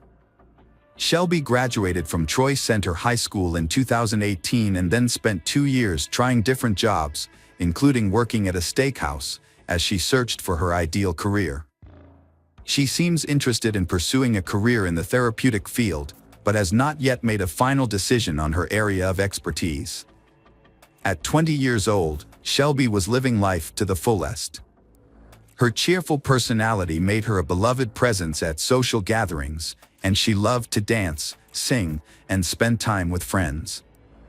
Besides, Shelby is active on Facebook, where she frequently shares photos of happy moments, many of which feature her young niece Camilla, who is the daughter of Peyton's sister. According to her mother, Shelby met Valerie Rose Hardick, a 22-year-old woman, on Facebook. Little is known about Valerie's life, but rumors suggest she had a difficult childhood, was involved with questionable people, and may have struggled with mental health issues. On June 20, 2021, at 6:48 p.m., Shelby called 911 and reported being injured. She stated that Valerie had shot her. Shortly after the call, police officers from the Fort Wayne Police Department arrived at Shelby's residence. Upon entering the house, they found Shelby severely injured, barely conscious, and she suffering from multiple gunshot wounds. A large pool of blood surrounded her. While one officer stayed with Shelby to provide assistance, the others searched the house to ensure no one else was injured and that the shooter was not still inside. While waiting for the ambulance local to arrive, the officers on the scene provided first aid to Shelby. A surgeon asked Shelby if she knew who had shot her, and she identified the perpetrator as Valerie. Emergency medical personnel soon took over Shelby's care, transporting her to a nearby hospital. She was in critical condition but remained conscious and alive. Shelby's family was notified of the incident, and the Fort Wayne Police Department began collecting evidence from her home. A key piece of evidence was discovered on a doorbell camera, which allowed authorities to identify a suspect after reviewing the footage. Police are appealing to the public for any information relating to the case. The following day, an unusual incident occurred in Ohio, about 50 kilometers away. Local police received calls about a suspicious woman lingering around a gas station convenience store around 10:30 in the morning.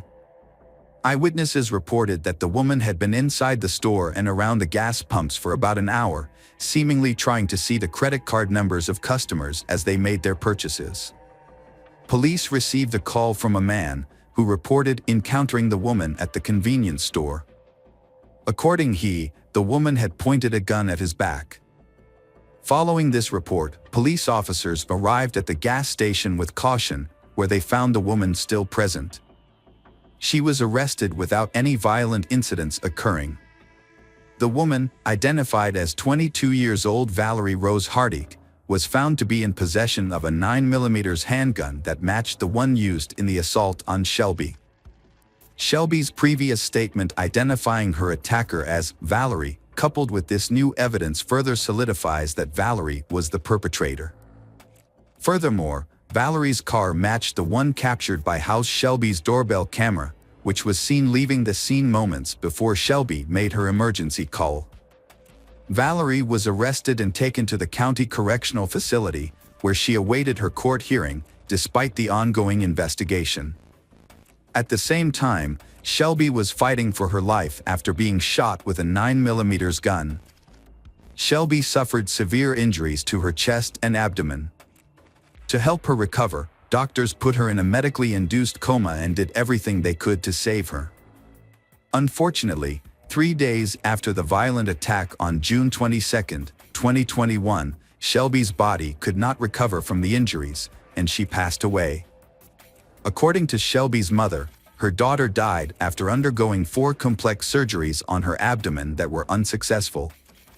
Shelby also received 20 blood transfusions, but her medical outlook was always poor. Even if she had survived, doctors believed that Shelby would have needed to have her legs amputated. Many questions remain about what motivated Valerie, a 22-year-old woman, to kill Shelby in such a brutal manner. Investigators suggested that jealousy was the motive. It was alleged that Shelby was in a relationship with a man to whom Valerie had strong feelings. Valerie was arrested and charged with 2 separate crimes: criminal assault and making aggravated threats. In the initial case, she was held in Ohio on $100,000 bail for allegedly threatening someone with a gun at a gas station. Later, she was transferred to Allen County to face murder charges in connection with the death of Shelby. A private funeral ceremony was held for Shelby on June 29, 2021, and her remains were cremated afterward.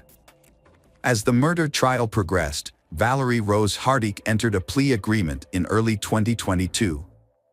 She pleaded guilty to murdering Shelby, attributing her actions to mental illness. A sentencing hearing is then set for September 2022 in Allen County Superior Court. During the hearing, Valerie pleaded guilty but mentally ill, as agreed upon in the plea deal. Her defense attorney presented mitigating circumstances, including her difficult childhood, affected by the loss of his stepmother, abuse by his half-brother, and mental health problems. Prosecutors stressed that jealousy was the insignificant motive behind Valerie's decision to kill Shelby. They also highlighted Valerie's extensive criminal history, which had worsened over time. Notably, Valerie was on probation and part of an alternative program due to prior charges when she murdered Shelby. During the hearing, Valerie exhibited unpredictable behavior, appearing composed and aware at times, while at other moments she seemed anxious, distracted, and even smiled at Shelby's family. However, she answered the court's questions accurately. However, Valerie never expressed remorse or apologized to Shelby's family. Shelby's parents were extremely sad and desperate because of the loss of their beloved child. Shelby's father recalled that his daughter had a strong affection for symbols that represented peace. He stated that Valerie seemed to take pride in admitting to the murder, showing no remorse for her crime. He also questioned whether jealousy was the only reason for the killing, he believing there must be more to the story.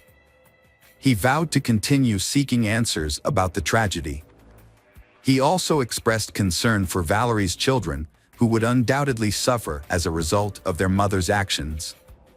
Shelby's father shared that he had forgiven Valerie to find peace of mind, inspired by his faith in God. He was confident that Shelby was with God and expressed his deep love for her. Shelby's mother, Shauna, remembers her daughter as a kind and thoughtful person who always went out of her way to help friends, no matter the distance. Shauna is haunted by memories of her dead daughter and struggles with guilt and helplessness for not being able to keep her safe. Shauna acknowledged Shelby's bravery in naming her attacker twice and continuing to fight for her life after the assault. Shauna described Shelby's severe injuries, including a racing heart that her body couldn't sustain. Despite incurring nearly $500,000 in medical expenses, Shauna didn't seek compensation, as these were waived upon Shelby's death. The funeral expenses were around $115,000, but Shauna didn't want any money from Valerie. Shelby's mother, Shauna, fought back tears as she shared that all she had left were memories of her daughter. She expressed a wish to trade places with her child, revealing that the pain of her loss was so overwhelming on some days that she couldn't even get out of bed. The court had heard from the lawyers and Shelby's family, and now it was waiting for the judge's decision. Under Indiana law, the possible sentence ranged from 45 to 65 years, with an average of 55 years. Valerie's defense team asked for the minimum sentence, pointing out various factors that they believed should be taken into consideration. In contrast, the prosecution argued for the maximum sentence. Before making his decision, the judge stated that it was clear the murder was planned and that Valerie knew exactly what she was doing when she committed the crime, as evidenced by her attempt to flee to Ohio. The judge acknowledged that Valerie had faced significant difficulty in her life, including inadequate education, personal trauma, and mental health issues. Despite having a traumatic past, it was not accepted as a justification for her behavior. As a result, the judge sentenced Valerie to the maximum 65-year prison term. The judge also ordered the destruction of the murder weapon. Valerie is currently serving her sentence at the Indiana Women's Prison, with the earliest possible release date being June 18, 2087, when she will be 72 years old, according to the American Correctional System's records. Hello, crime enthusiasts. Are you ready for another chilling investigation? The case of Johnny Berry. Johnny Berry was born on August 26, 1983 in the small town of Bristol, Tennessee, USA. She is cheerful, friendly, has many friends, and often goes to parties. While in school, Johnny was a member of the local cheerleading squad. After graduating from high school, she studied psychology and criminology at East Tennessee State University. While in college, she met Jason White, they became a couple, and they got engaged before graduating in late 2004. When Johnny was 21, she decided to continue her studies to get a master's degree in psychology, so she temporarily moved to Knoxville. While studying, she worked part-time at a child education center and realized her passion for helping children. Her boyfriend, Jason, studied law in another state. Despite the distance, they kept in touch and planned their wedding. While in Knoxville, Johnny stayed at a classmate Jason Amami's apartment. They had attended college together and moved to Knoxville together. They shared a 2-bedroom apartment, and Johnny stayed until she found her own place. Johnny had 2 part-time jobs, one at a jewelry store and one at a children's hospital. On the evening of Sunday, December 5th, after working at the store, Johnny went to the mall to do some Christmas shopping. When she got home, she wrapped presents for the children at the daycare center, chatted with her neighbors, and then went to her room. Before going to sleep, she talked to her boyfriend. Around 4 a.m., Jason Amami heard Johnny screaming. He thought Johnny was having a nightmare, so he went into her room, but instead of Johnny, Jason Amami saw a stranger holding a knife. The stranger attacked Jason Amami, and they struggled. He eventually pushed the attacker away and ran out of the apartment. He went to the nearest convenience store, about a mile away, to call for help. The store clerk found him covered in blood and called 911. The police arrived at Jason Amami and Johnny's apartment and found Johnny in the hallway connecting 5 apartments. She was still alive but barely conscious. When asked about her attacker, she gave only vague clues. The police searched the entire building and the surrounding area but could not find the attacker. They took Johnny to the nearest hospital, but despite the doctor's best efforts, she died. The doctor said that Jania had suffered more than 20 stab wounds and that her chances of survival were slim. Meanwhile, Jason Amami had suffered 8 injuries from the attacker, but only one was serious. He was treated and his life was not in danger. At the same time, detectives began investigating the scene. They found blood in the hallway, indicating that Jania had tried to call for help from neighbors, but no one answered the door. Near Jania's room, they found the murder weapon, a kitchen knife owned by Jason Amami. The attacker used the knife with such force that it was bent and damaged. Police also found blood stains near the back door and on the stairs leading to the street. Since Jason Amami and Jania had left through the front door, detectives believe the killer escaped through the back door. In Jason Amami's room, they found another clue, partial footprints that the attacker may have left while stalking and attacking Jason Amami. Because of the brutality of Jania's death, police suspected a personal motive behind the crime. Initially, detectives investigated Jania's boyfriend, even though he lived about 1,000 miles away in Knoxville. However, all of his friends and family said that Jania and her boyfriend had a wonderful relationship and that he had no reason to commit such a brutal act. He learned of Jania's death when her mother called at 10 a.m. to tell him. He said he fainted when he heard the news and it took him a long time to regain consciousness. Unable to do anything, he asked his neighbors to help him book a plane ticket and prepare his luggage. Investigators looked closely at Jason White's alibi and realized that he could not have made it to Knoxville and back in the morning by himself. So they eliminated him as a suspect and turned their attention to Jania's neighbor. This neighbor did not have a solid alibi and had been in the apartment with Jania, raising suspicions that he could be the culprit. Jania's friends and family also suspected this neighbor. Some believed that he could be the killer, while others accused him of fleeing the apartment, leaving Jania behind. The suspicions were so deep that the victim's parents did not even want him to attend her funeral. However, after Jason Amami was discharged from the hospital, investigators began questioning him. He stuck to his original story. He heard screaming, saw a strange man, and was attacked by him. After fighting off the attacker, Jason Amami ran to the front door and onto the street, seeking help from neighbors. He believed that Jania had also escaped from the apartment because he could not hear her screams. However, police had doubts about Jason Amami's story. What initially raised suspicions about Jason Amami were his injuries. 7 of the 8 were superficial, and the last wound to his right arm could have been self-defense or the result of an attack. Additionally, investigators found no signs of forced entry into the apartment, suggesting that the perpetrator may have been someone Jania knew. Jason Amami claimed that he had taken out the trash through the back door that night but did not remember locking it. Detectives continued to press him, paying close attention to the door he used to exit the apartment onto the street.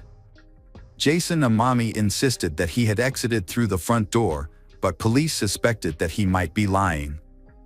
If Jason Amami had indeed left through the front door, that would not have explained the presence of bloodstains near the back door, further raising suspicions against him. Police accused Jason Amami of using and selling illegal drugs, and of being aggressive when he could not satisfy his addiction. However, he denied all of these allegations. After hours of questioning at the police station, detectives suggested that Jason Amami take a polygraph test. Jason Amami agreed to take the test. The results showed that he gave false answers, which made detectives even more suspicious of him. However, detectives were still unable to charge him with murder due to a lack of concrete evidence. They had to wait for lab experts to complete testing on some of the evidence found in the apartment. They then discovered some key evidence, including 3 DNA samples on the murder knife, samples from Jania, Jason Amami, and an unidentified man. The unidentified man's DNA was also found in Jania's room, on the back door handle, and on the stairs the criminal used to escape to the street. They also found a fingerprint on the handle of the knife, but it did not match Jason Amami's fingerprint. These discoveries led the police to suspect that someone else had been in the apartment that night. However, when they ran the DNA sample against existing databases, they found no match. This complicated the case further, and detectives had to continue investigating to find the real killer. Investigators have ruled out Jason Amami as a suspect, but the public remains uncertain about his role in the incident.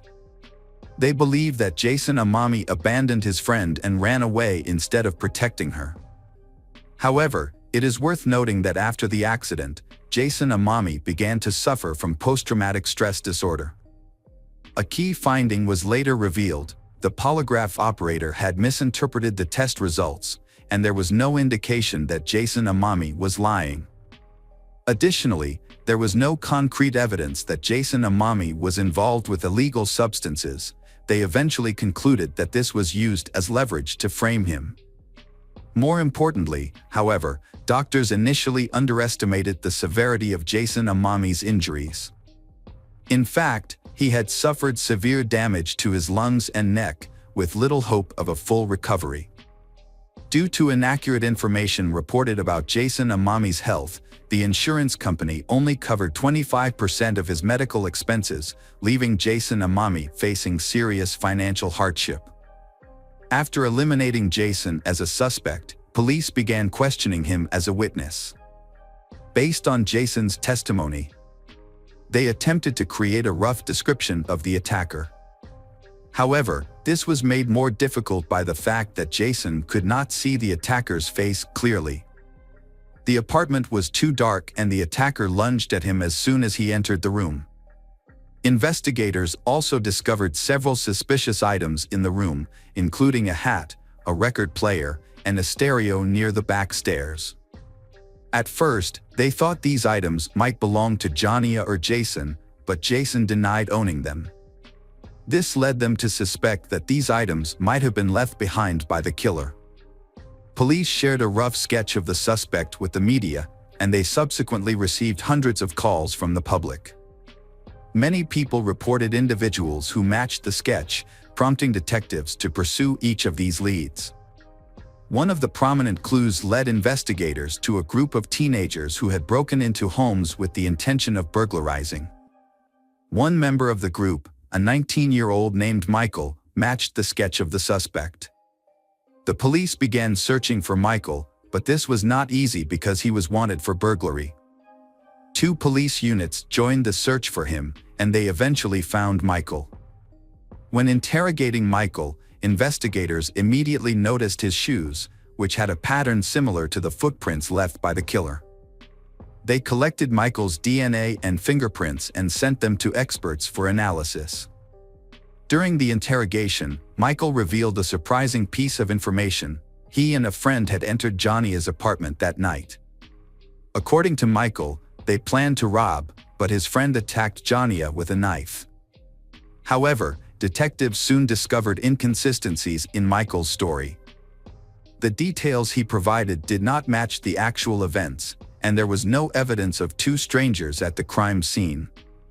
Michael's DNA and fingerprints also did not match the evidence at the scene. Michael's shoes also did not match the tread pattern in Jason's room. Investigators concluded that Michael had made up the story. This is not uncommon, as some people may falsely confess to crimes in order to seek attention or reward. Michael's motives remained unclear, but his story was completely untrue.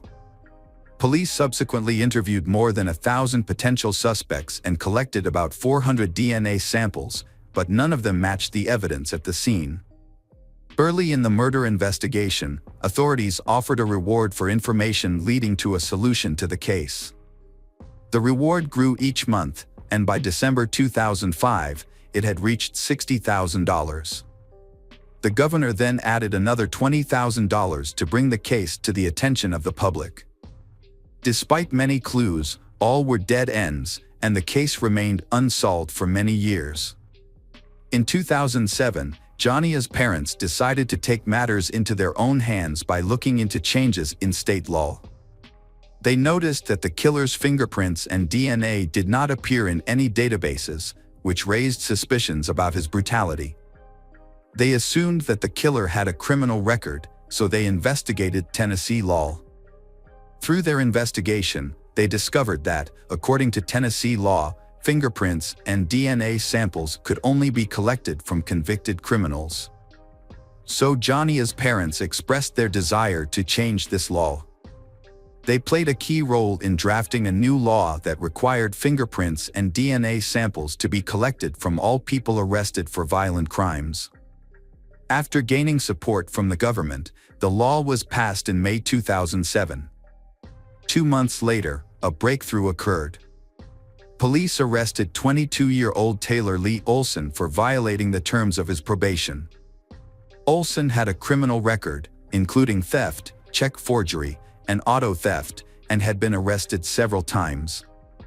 Surprisingly, however, police had never collected his fingerprints or DNA. Olson lived with his girlfriend and newborn daughter, but he continued to commit crimes. 5 months earlier, police had begun investigating Olson for his suspected involvement in the murder of Jania. However, they had not been able to analyze his DNA at the time. But after Olson was arrested for violating his probation, police decided to question him about the details of the Jania case. Olson eventually confessed to his role in the murder and voluntarily provided a DNA sample. The DNA test showed that Olson's sample matched the one found in the victim's apartment. Additionally, Olson's fingerprints matched the fingerprints on the murder weapon. Olson claimed that he intended to steal Jania's car that night and entered the apartment through the back door to look for the keys. When he entered Jania's room, she woke up and began screaming. In a panic, Olson grabbed a kitchen knife and attacked her multiple times. Olson insisted that he had no intention of killing anyone and that the incident was an unfortunate accident. Investigators were suspicious of some of the details and suspected that Taylor had planned to kill Jania in advance. They believed that he may have been following Jania for some time, which was supported by Jania's friends reporting that someone was following her in a car at the time. Although there was no concrete evidence to prove this, this became more credible after Olson was arrested. When Olson's trial was scheduled to begin in mid-2008, he hired an attorney. His attorney advised him to withdraw his original confession, and Olson gave a new account to investigators. According to this new account, Olson claimed that he had entered Jania's apartment with his friend, Noah Cox. When Olson entered Jania's room to get his car keys, Jania allegedly woke up, grabbed a knife, and stabbed Olson multiple times. Olson then fled through the back door while his friend entered Jania's room, disarmed Jania, and killed her. Taylor Olson's new story raised suspicions among police. They found no fingerprints or DNA of others at the crime scene, leading them to believe that no one else was involved. Detectives waited for the trial to begin, but it never did. On March 28, 2008, Taylor Olson committed suicide in his jail cell. Along with him, detectives found several suicide notes addressed to his family, Jania's relatives, and the police. In the letter to detectives, he accused his friend Noah Cox of being the real culprit and apologized to Jania's family and his family. However, detectives still believed that Olson was responsible for the murders. They questioned Noah several times but found no evidence implicating him. Jania's parents were also skeptical of Olson's final confession. They felt that if Olson was truly innocent, he would not have committed suicide. Olson had consistently maintained that he had entered the apartment alone for months after his initial confession. His sudden change in story to blame his friend raised further suspicions. Welcome back, detectives. Let's dive into another horrible case. The case of Jordan Worth. Alex Skeel was born on August 17, 1995 in Kingston upon Hull, into a warm and wealthy family. Alex Skeel also has a twin brother. The twins' health was not good when they were young because they were born prematurely. Despite these health challenges, Alex's intellectual development was not affected, and he was just like his peers. He was even able to actively participate in school sports. From a young age, his parents showered both sons with love and care, investing heavily in their education to give them a better life. After completing high school, both brothers enrolled at the prestigious Bedford College, where they continued their studies. Alex is smart, physically attractive, and healthy thanks to his regular visits to the gym. He is quite shy, so he is hesitant to ask women out. In college, Alex met Jordan Worth, a young woman from a wealthy family. Jordan was very popular at college because of her fashion sense. At that time, many boys wanted to compete for her attention. Jordan also spends time volunteering, focusing on fundraising, organizing aid for local animal shelters, and helping children in Africa facing famine.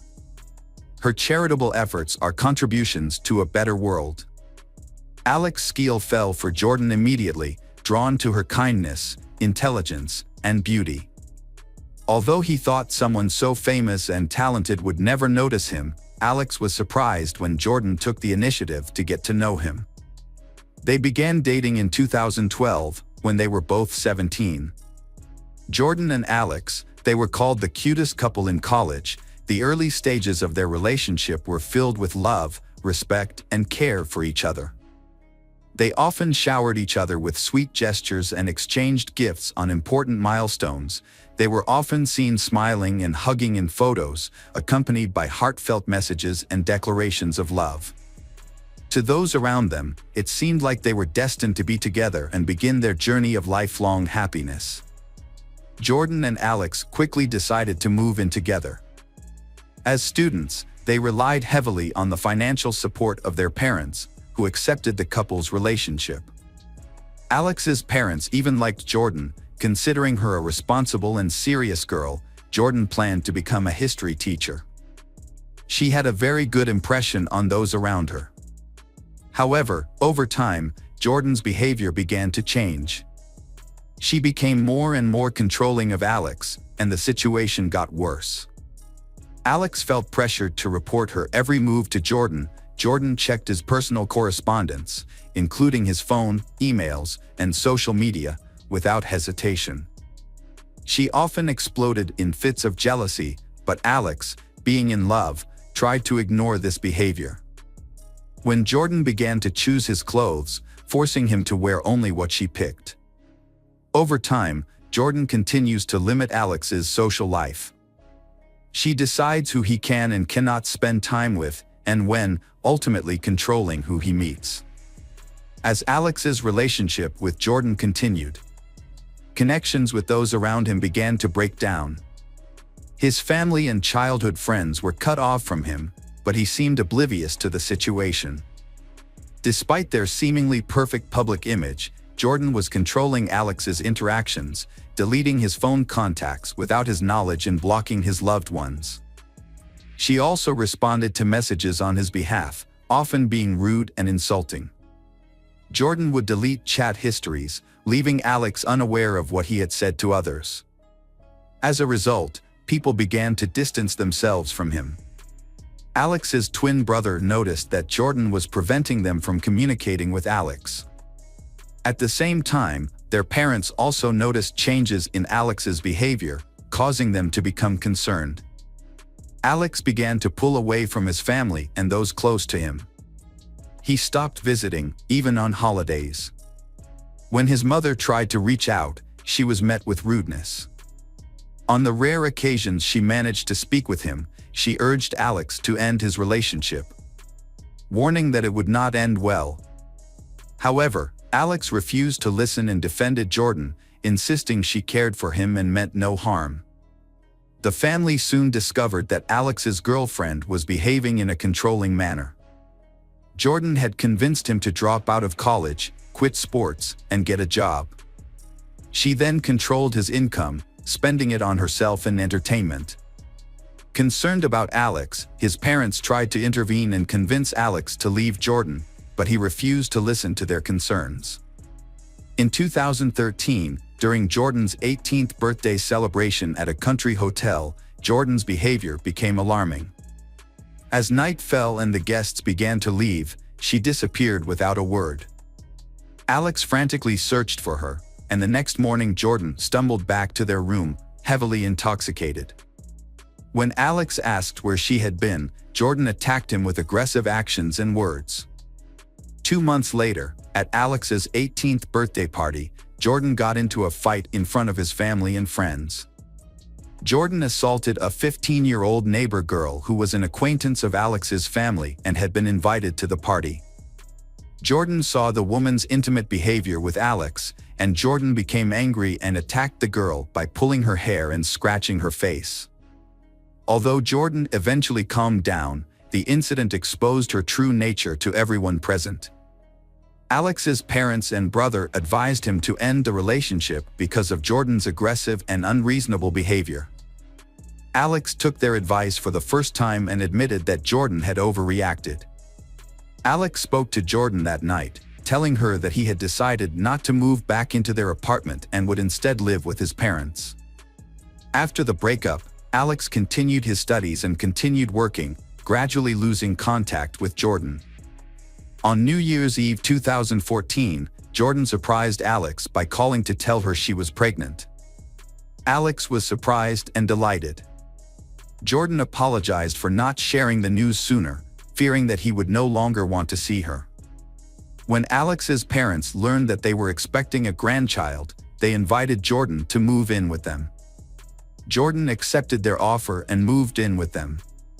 Jordan and Alex eventually got married, and 3 months later, they welcomed a son named William. The young family was initially filled with happiness and contentment. For a short time, Jordan tried her best to please Alex and rekindle the flame of their love. However, when William, their son, was 6 months old, Jordan became pregnant again.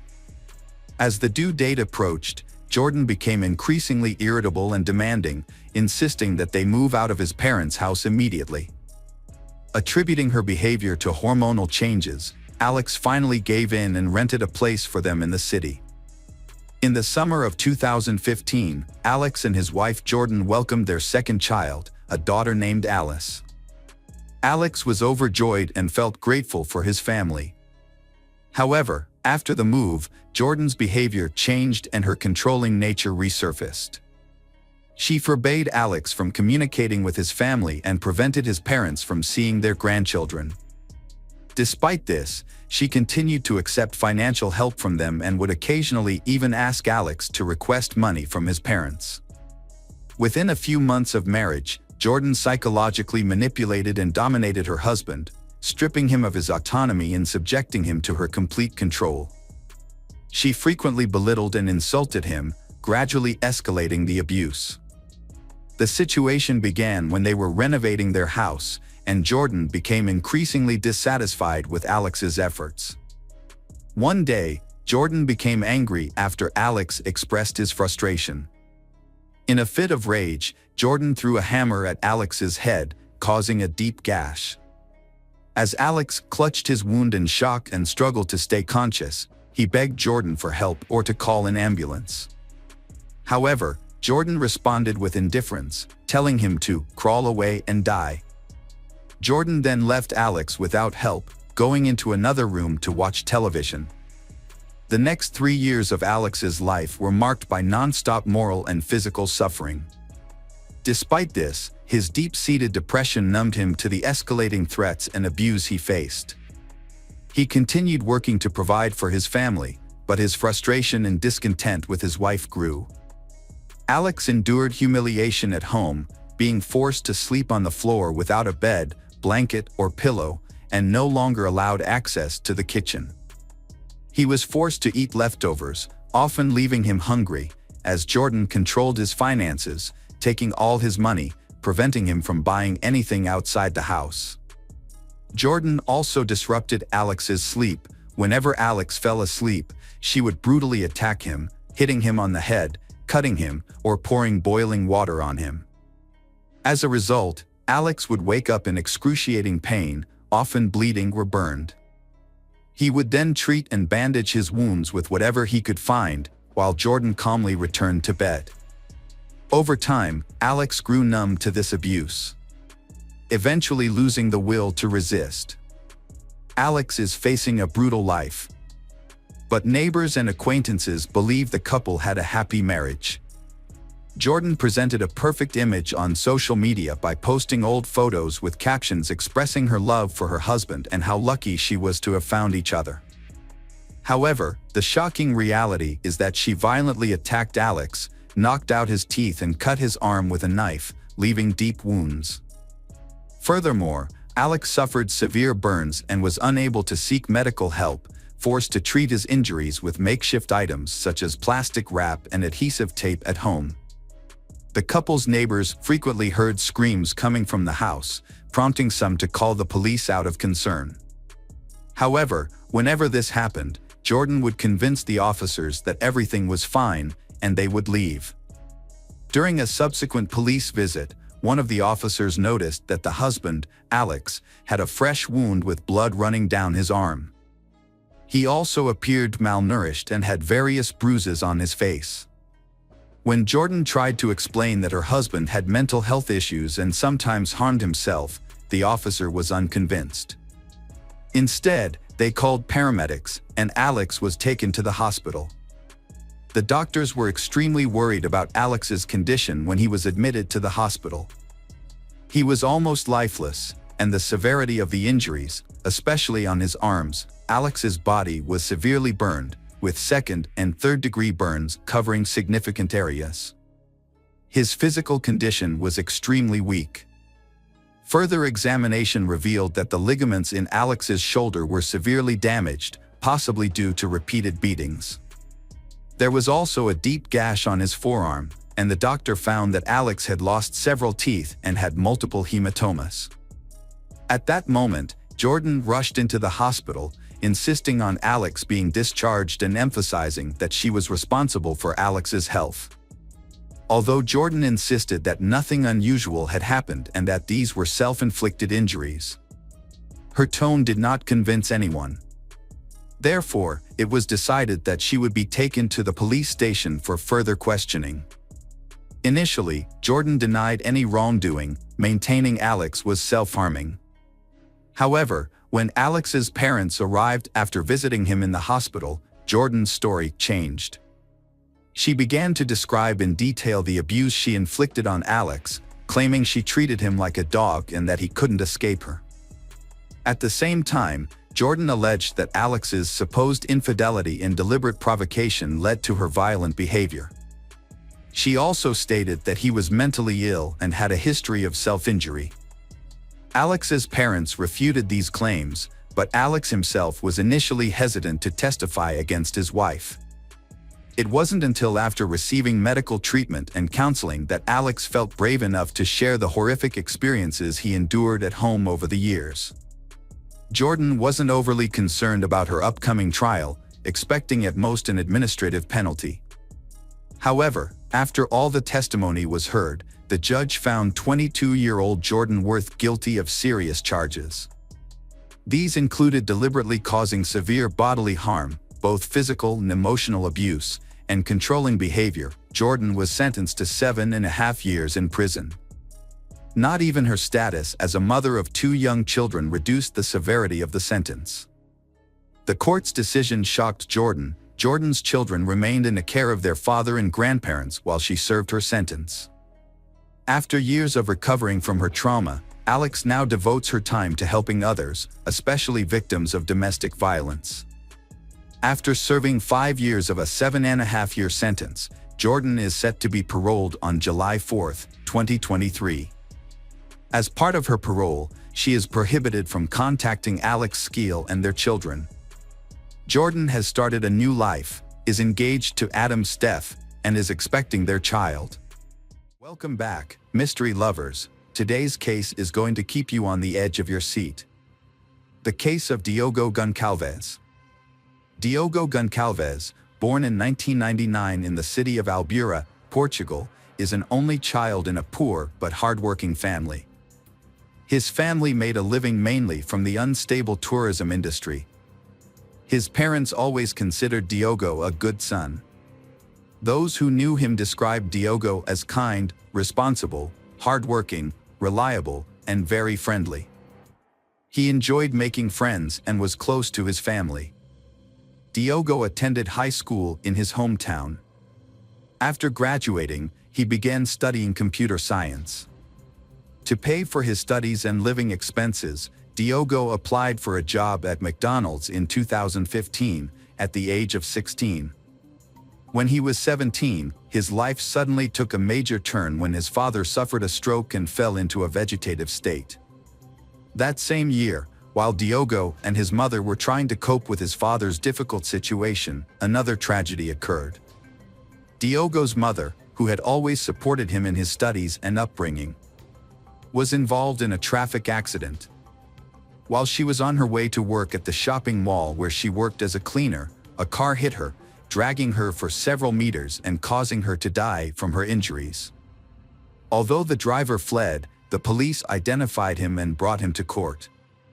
While Diogo awaited the verdict on the perpetrator of his mother's death, he had to move to a medical facility to receive the necessary care. His aunt, concerned about Diogo's situation, invited him to live with her, but the two had a serious disagreement. After a few weeks, they could no longer live together. Diogo told a friend about his situation, and the friend's parents offered him a room in their house in the Albufeira neighborhood. Here, Diogo was close to friends and people who helped him feel at home. Despite his young age, Diogo has shown an excellent ability to handle and overcome difficulties with patience and optimism. In 2017, at the age of 18, Diogo graduated with a degree in computer technology and completed a 6-month internship at Villa Vita Park, a top 5-star hotel.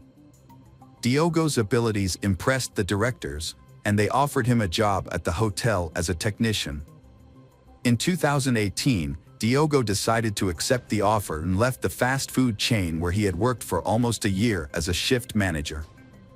He entered a new phase of his life, envisioning a future filled with opportunities that would help him rise above the hardships he had experienced. After working at the company for a while and contemplating brighter days, he decided to buy a car. Diogo got along well with his colleagues, especially a girl he had a crush on, Maria Malvero, a 19-year-old hotel security guard. Maria Malvero was born into a normal family and, like Diogo, has gone through many hardships. Her mother suffered from mental illness, and her father left when she was very young, leaving her never to see him again. Maria, who works in security, became interested in martial arts and started practicing karate. She dreamed of becoming a police officer but was rejected by the academy because of her tattoos. This frustrated her, and she decided to join the Seer Info training course, which specializes in training security guards for the private security sector. Diogo has feelings for Maria and has expressed them openly to her from the beginning, but she does not reciprocate and maintains a cold attitude. Diogo is very fond of Maria, so much so that he turns down an attractive job at the Sheraton hotel chain in Lisbon just because he does not want to be away from her. He often brings her meals while she is on duty. Over time, Diogo and Maria became close, and people around them saw them as a couple, although there was no romantic relationship between them. Maria told Diogo that she did not want a relationship with him because she had just gotten out of a toxic relationship with a naval officer. However, she kept in touch with Diogo, causing him to harbor hopes of a future with her. Diogo did not give up hope and always tried to be close to her and please her. One day, Diogo was devastated when he accidentally saw a video on social media of Maria kissing another girl. Diogo was upset because he thought she should have told him that she didn't like boys, which was why they would never be together. Diogo's best friend, Fabio, tried to reassure him by saying that girls sometimes do that, but Diogo didn't believe him and insisted that Maria had lied to him, which was why she refused to be with him. Despite his disappointment, Diogo and Maria remained friends, and Maria continued to accept his gifts and invitations to dates. Diogo tried to take her home several times, but she always told him that her roommate had a jealous boyfriend and she didn't want to let another man into her apartment. Time passed, and in December 2019, Diogo was informed that he would finally receive compensation for his mother's death, which had occurred 3 years earlier. After receiving the sum of €70,000, the young man decided it was time to buy a house so that he would no longer have to pay rent.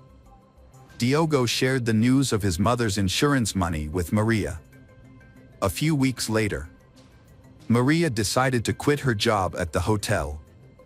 She said that she could no longer bear the comments of her colleagues about her alleged relationship with Diogo. Maria also justified it by saying that she wanted to spend more time with her mother, who needed more attention because of her mental illness. At that time, Diogo had no reason to doubt Maria's words. However, later events showed that her decision to quit her job at the hotel was for darker reasons, and that is when the third character in the story, Mariana, 20, appears. She works as a nurse at the hospital and has a stable relationship with Maria. Maria and Mariana live together at Mariana's parents' house, as they are not yet financially stable enough to have their own house where they can enjoy their relationship. This is exactly Maria's plan when she learns about the large amount of money that Diogo will receive. From that moment on, Maria begins to get closer to Diogo.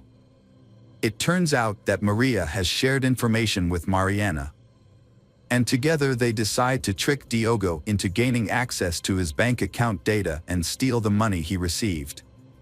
The problem arises when one day, after being rejected by Maria several times, Maria suddenly tells Diogo that she wants to spend a romantic evening with him. This was truly a gift for Diogo. He couldn't believe his ears. After waiting so long, the thought of being with the girl he loved made him extremely happy. The meeting was set for Friday evening, March 20th, 2020. Diogo was delighted and had no idea why the girl suddenly changed her mind.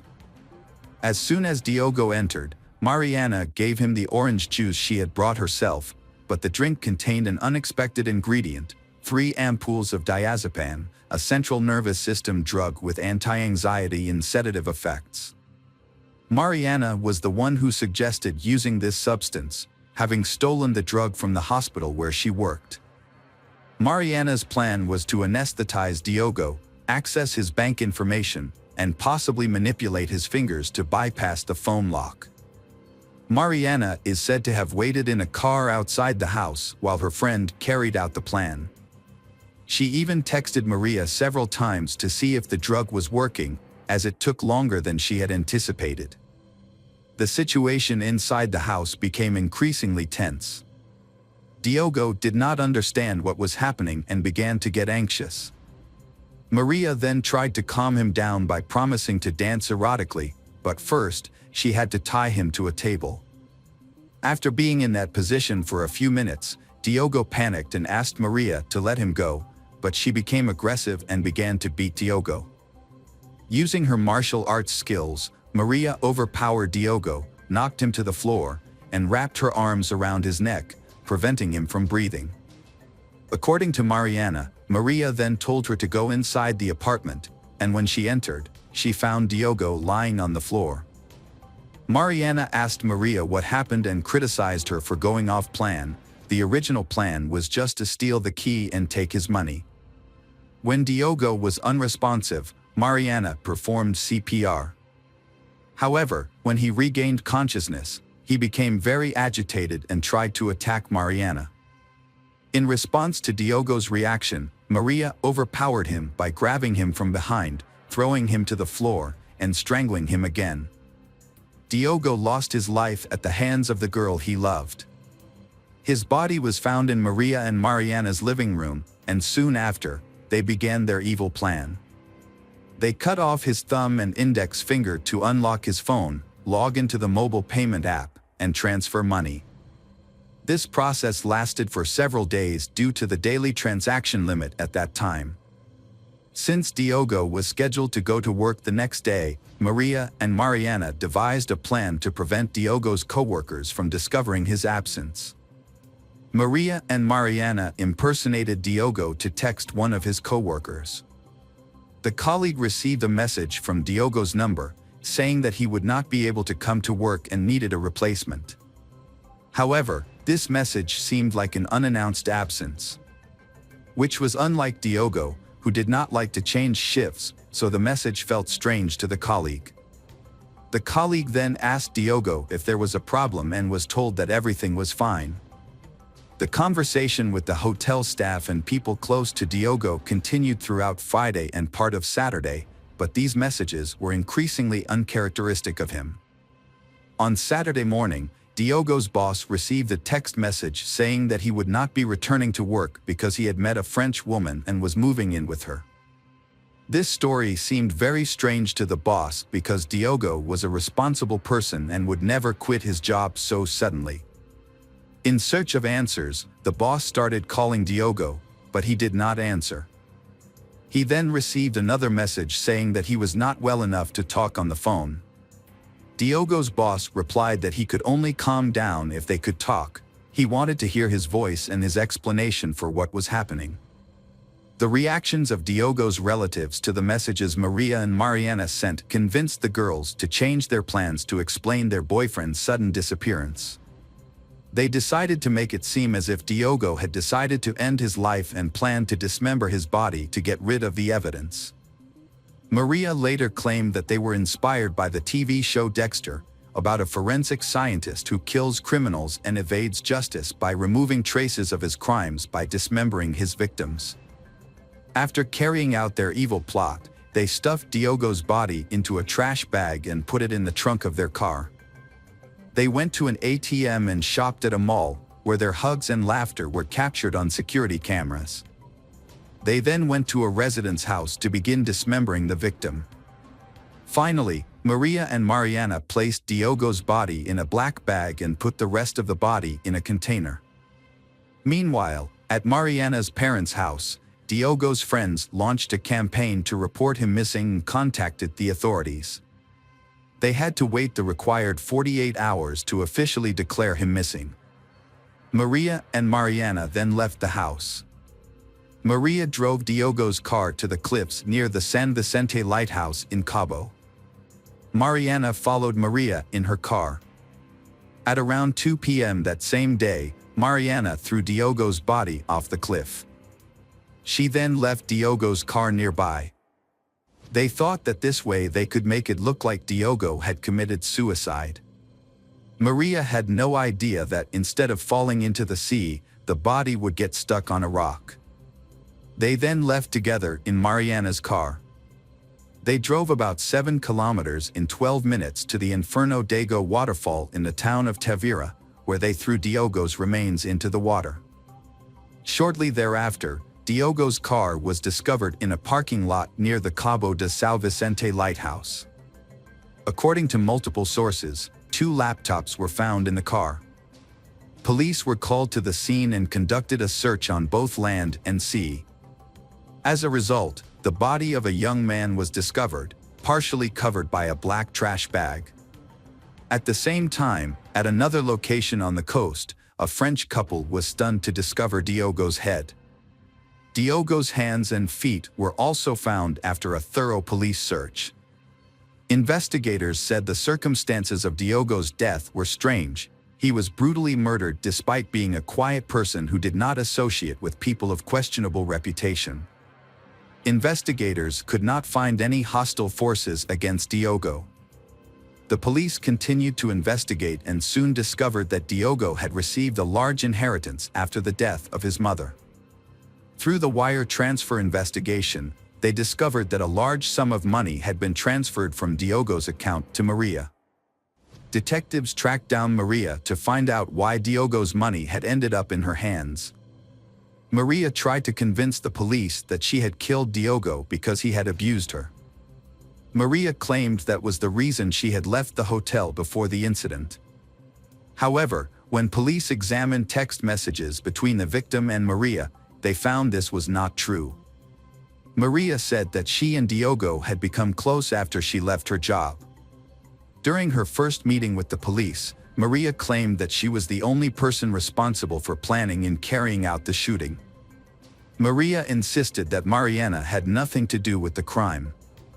However, Mariana's testimony contradicted Maria's. Mariana explained that Maria said she wanted to rob Diogo of his money and intended to kill him. Mariana said Maria wanted to make him suffer so that he would give her his bank account password. The evidence gathered by investigators was enough to convict Maria and Mariana. Detectives had Diogo's phone records, cell phone records, and ATM surveillance video. Maria and Mariana were arrested on April 1, 2020, and appeared in court in June of that year.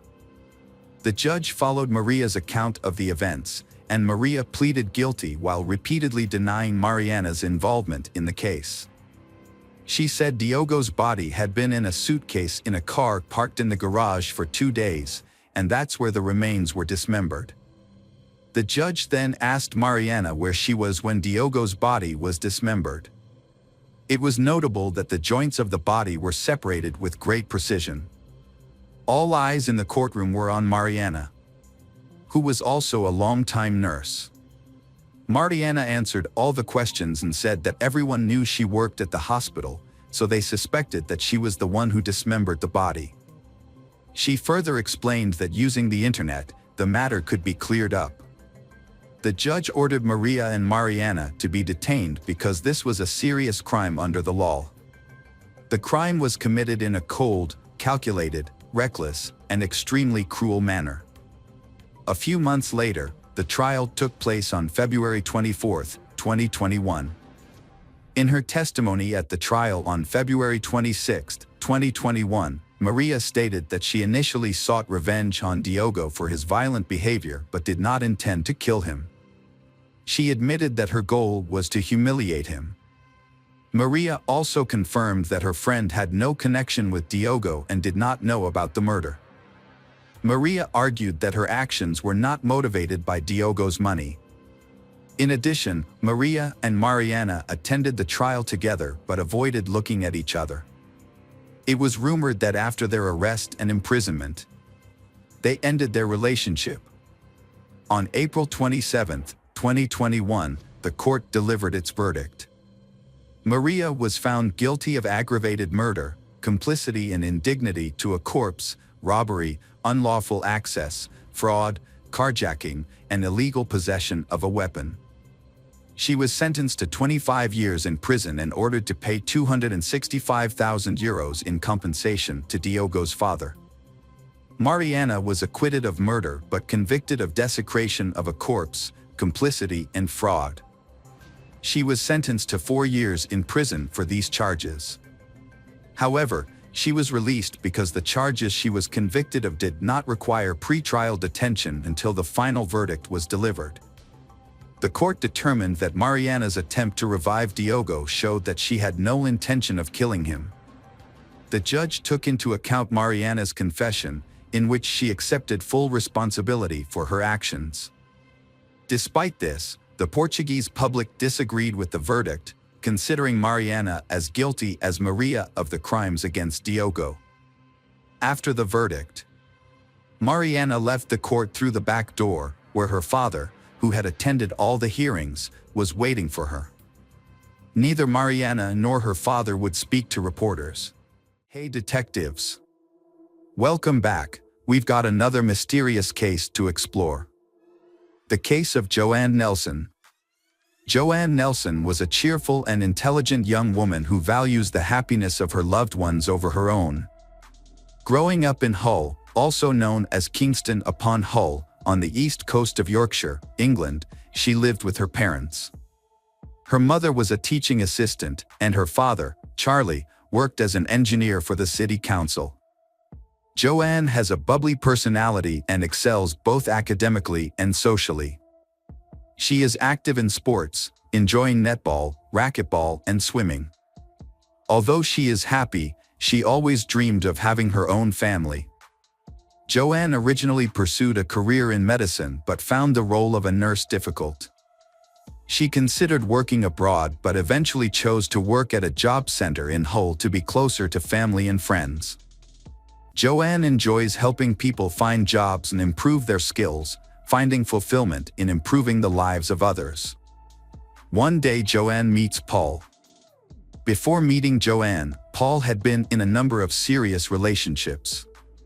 In 1993, during his college years, he dated Carrie Thompson. Their relationship was short-lived, but Carrie reported Paul's violent behavior to the police. During arguments, he became violent, punching walls and assaulting Carrie.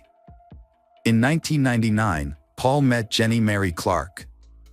They married just 2 weeks after meeting, but their marriage quickly became a nightmare. On their wedding night, Paul attacked Jenny, and the abuse continued. He even choked her until she passed out. Despite these problems, Paul and Jenny decided to have children. Their daughter, Chloe, was born in 2000, and Paul and Jenny divorced shortly thereafter. When Chloe was 5, Jenny met Joanne and immediately recognized the challenges Joanne would face with Paul, as she seemed too naive to deal with such a difficult man. In 2002, Paul ended his relationship with Jenny and began dating Joanne Nelson. Their relationship began on the streets, where Paul worked as a bouncer in bars and clubs. At 27, he was experienced in relationships, while Joanne, 19, was just entering adulthood. Despite the age difference, they found support in each other, both seeking independence from their parents. Initially, they lived with Paul's mother before eventually buying their own home. However, their happiness gradually faded. Their arguments and conflicts increased. For Joanne, everything became too mundane and boring. Their differences began to strain the relationship. For example, she loved to be neat, while Paul was indifferent to it. On February 14, 2005, Joanne did not show up for work, which was unusual and worrying. On Valentine's Day 2005, Joanne Nelson mysteriously went missing. Paul was the one who reported the matter to the police. He claimed that he last saw Joanne when she was sleeping, then he left home and went to work. When he returned home, she had disappeared without a trace. Joanne, then 22, disappeared, leaving her family and friends extremely worried. The situation became even more confusing when she missed the funeral of her best friend's father and did not wish her younger sister Katie a happy 19th birthday. After the police declared Joanne missing, a large-scale search operation was launched, involving many law enforcement officers, the military, and volunteers. Since Joanne's disappearance, Joanne's father has been suspicious of Paul. Meanwhile, Katie finds it hard to believe that Paul is involved in this case because Paul has been actively involved in the search for Joanne. Paul has been working with volunteers and Joanne's family and friends. He also gave interviews to the press without the permission of Joanne's family. In a phone conversation with a reporter, Paul claimed that he had nothing to do with Joanne's disappearance. Paul asserted that his love for Joanne was real and that he could not harm her. However, a facial expression expert, Cliff, analyzed Paul's behavior during a television interview and found several suspicious signs. First, Paul did not close his eyes when talking about Joanne, which is not common for a grieving person. Second, Paul did not try to shed tears when talking about his lover. These unusual behaviors made people question whether Paul's words were truly sincere. Paul, the man who was involved in Joanne's disappearance, was eventually arrested after his mother disclosed information about his actions to the police. When questioned, Paul confessed that he had killed Joanne during an argument on Valentine's Day 2005. He said that the argument stemmed from Joanne constantly criticizing him for not doing his chores, especially when she asked him to help her wash her clothes, which angered him. When Joanne announced her plans to leave and forced him to sell the house, Paul became even angrier. In a fit of rage, Paul killed Joanne with his bare hands. He then remained calm and began to plan how to cover up the crime. He went to his mother's house, took a gardening tool, and chatted with the neighbors. He then went to the store to buy the necessary items for removing the evidence, including bin bags, rubber gloves, and disinfectant spray.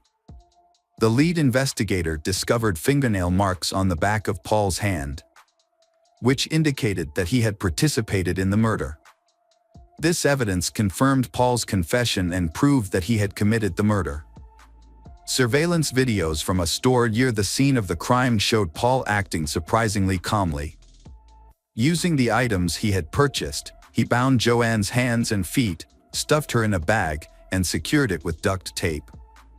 He then carried her body to her car in broad daylight. After Paul hid Joanne's body in the car, he went to fill up with petrol in High Halden. He then drove about 75 miles to Bradbury Woodland, a remote forest near Winteringham in North Yorkshire. There, he carried Joanne's body for about 250 yards until he found a suitable place to bury her, among pine trees. He used branches to cover up the small hole where her body was buried. To cover up the crime, before going to work, Paul made a fake phone call to Joanne to deflect suspicion. The next day, he continued his daily life without showing any remorse for his heinous actions. Paul showed a frightening coldness by concealing his crime and continuing his normal life. After his confession, Paul said he did not remember exactly where he buried Joanne. However, he remembered that he buried Joanne in a metal gate and that there were some green bottles nearby. Detective Higgins said this information was very useful for the search. Because of Paul's suggestions, the police were able to start organizing the search by following a route through the woods. The search for Joanne lasted about 6 weeks and involved many people, including units from 3 counties working together on this grueling task. After 39 agonizing days of waiting, a team of detectives led by Ray Higgins finally found the remains of Joanne, 22, in Bransby near York. They followed Paul's description slowly. After walking about a quarter of a mile, they came upon a hole in the woods. Here they found a rubbish bag with what looked like a leg inside. It was Joanne's body wrapped in the bag. Paul, known for his history of sexual violence against women, kept his dark secrets hidden from Joanne's family and the public until the trial. At the time, he claimed to have mental health problems while working as a bouncer at the club. People who knew him from the gym said he often caused trouble at clubs and bars. The family later discovered that Paul had been taking steroids in an attempt to become a bodybuilder. Friends said he had previously been an alcoholic and that his rages may have been steroid-induced. Paul attended Sydney Smith School, then Hull College, where he completed a degree in civil engineering. He went on to study at Bishop Burton College, where he completed a degree in horticulture. Paul lived in Saudi Arabia, working with his father, Peter Dyson, in the maintenance industry. He also gained experience as a gardener and later worked as a mechanic for Pinal. From December 2004, Paul worked at Byam Timber on Somerton Road as a timber cutter until his arrest. At 15, he met Colin Allen, a martial arts expert, and they became friends. Paul confessed to the murder to Colin, leading to his arrest. Friends said he had a distorted view of himself, seeing himself as charming and attractive to women. He often used his job as a security guard to approach girls from higher social classes. On the first day of the trial, November 7, 2005, Paul surprised the entire courtroom by pleading guilty. Joanne's family was completely shocked by the confession, as they had anticipated a long, intense trial. When Paul pleaded guilty, Joanne's family said yes in unison. Afterwards, he simply looked straight ahead or kept his head down, avoiding looking at Joanne's relatives and the police. He showed no emotion on his face, even as the charges were announced. His lawyer, Harry Barl, told the court that there was no excuse for his actions. On November 8, nearly 10 months after the murder, Paul was sentenced to life in prison with a minimum of 16 years to serve. Surprisingly, in November 2019, after just 14 years, Paul, then 45, was transferred to an open prison and released on day release.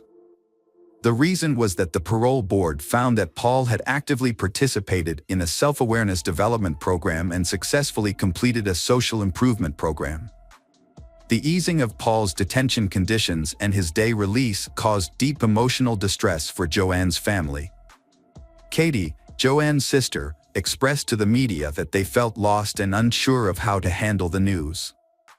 Paul's release brought back painful memories of Joanne's death, and the family believed he did not deserve a reduced sentence for his actions. Katie emphasized that Paul's crime was serious and premeditated, making his early release a challenging ordeal for the family. They fear he might return to their city of Hull and commit further harm, as they have been unable to secure a restriction order against him. Although there is no confirmed information about Paul's return to the city, he remains under probation supervision. Any violation of his terms or the law will result in his return to prison. Welcome back, detectives. Let's dive into another horrible case. The case of Suzanne Morphew. Suzanne Morphew was born on April 11, 1971, to Jean and Adrian Alexandria. She grew up with two brothers, David and Andrew. Those close to her knew she was a special friend, known for her intelligence and thoughtfulness. In 1998, while still in high school, Suzanne met Barry Morphew. After 6 years of dating, they got married. Barry initially pursued a baseball career, signing with the Toronto Blue Jays, while Suzanne pursued a degree in education at Purdue University. However, after a severe injury cut his sports career short, Barry transitioned into horticulture. Suzanne had 4 years of teaching experience when Barry started his own business, and the company gradually grew over time. The couple had 2 children, Mallory and Macy. They led an idyllic life in Indiana but faced a setback when Suzanne was diagnosed with Hodgkin's lymphoma. Despite this challenge, Suzanne successfully battled cancer twice. The family eventually moved to Mayville, Colorado, in 2018 in search of a fresh start and to be near their daughter Mallory, who was attending Western State University. The Suzanne moved to a beautiful 7-acre property that allowed Barry to pursue his love of hunting. He continued working as a contractor and also became a volunteer fireman. Suzanne, on the other hand, retired from her teaching career and devoted more time to her church and a new hobby, sports mountain biking. To outsiders, the Suzannes seemed like the perfect family. However, but they had their share of problems. These issues were finally revealed on May 10, 2020. Monday, May 10, 2020, was unlike any other Mother's Day celebration at Suzanne's house. While Suzanne was home alone, her husband Barry and their daughters were out. Barry claimed he had a landscaping appointment in Broomfield, about a 3-hour drive from home, and their children went on a camping trip. They all planned to return home in the evening to celebrate Suzanne's special day. However, when Mallory and Macy messaged their mother to wish her happy Mother's Day, they didn't receive a response. This was unusual because Suzanne was very active on social media. The girls expected her to be checking her phone for updates, especially since a friend's daughter's wedding was taking place and Suzanne would likely want to see photos. After waiting a few hours without hearing back, the girls grew concerned. They asked their neighbor, Martin Ritter, and his wife for help. Around 4 o'clock or 4:30 p.m. that day, Mrs. Ritter visited the Suzanne house and found it empty. She called Barry to explain the situation and he instructed her to look for Suzanne's mountain bike. If the bike was missing, he told her to contact the police. That's exactly what she did, and soon the police arrived at the Suzanne residence. Barry and their daughters returned home, they anxious to know news of Suzanne's whereabouts. A few hours into the search, the police found a crucial clue. Deputies discovered Suzanne's mountain bike in a steep ravine near the home. The location hinted that Suzanne might have been involved in an accident, but the bike and the surrounding area showed no signs of a struggle. Notably, there were no skid marks from the brakes, no damage to the bike despite its fall down the ravine, no bloodstains, and the nearby lawn appeared untouched. This evidence led the deputies to conclude that the bike had been deliberately placed in the ravine. When they shared this information with Barry, his reaction was unusual. As the investigation into his wife's disappearance proceeded, Barry shared many more implausible stories. As the investigation progressed, his behavior made it obvious that he didn't truly care for his wife. This led to unanswered questions and speculation about Suzanne's disappearance, leading many to suspect Barry's involvement. Barry gave details about his mountain lion story in a secretly recorded conversation with YouTuber Tyson Draper. Notably, Barry was absent from the search parties for Suzanne, organized by her brother Andrew. Andrew doubts Barry's story and offers another possibility: Suzanne actually went missing on May 9th, not on Mother's Day as Barry claimed. It was also discovered that Suzanne's helmet was found 1 mile from their home, in the same direction Barry's truck had traveled that morning. Investigators initially considered this an odd coincidence, but it became more significant when they discovered it was in the opposite direction of the construction site he was set to visit that day. In his initial interview, Barry said he woke up at 4:30 a.m. to an alarm clock and immediately left for Broomfield. However, telematic data from his Ford truck showed he drove 1 mile west before heading to the construction site. When confronted with this data, Barry explained that he was scouting elk earlier that morning. He then anesthetized them and sold their antlers, which was his habit. However, the officers pointed out a flaw in Barry's story: he couldn't have spotted the elk at 4:30 a.m. if he was just waking up. To address this, Barry changed his story, saying he didn't set his alarm for 4:30 a.m. and got up on his own. When asked about the day of Suzanne's disappearance, Barry described it as one of the best days they had had after a long time. He said that morning, he worked briefly with a co-worker in Salida and then returned home early. After that, he went on a hike with Suzanne, followed by a grilled steak dinner and intimacy. Barry stated they went to bed together. However, it is essential to note that Barry is not a reliable source of information. During the police investigation into Barry, it was discovered that he had lied about the whole thing that happened that night. The first signs of deception were uncovered by investigators on May 9, 2020, when they reviewed the telematic data from Barry's vehicle and his phone records. Although Barry had indeed spent the afternoon and evening with Suzanne, the details did not match his initial story. One of the discrepancies occurred between 10:42 and 10:47. According to his phone data, Barry's movements around the property were unusual. When questioned by investigators about this inconsistency, Barry claimed he was probably hunting chipmunks with tranquilizers at the time.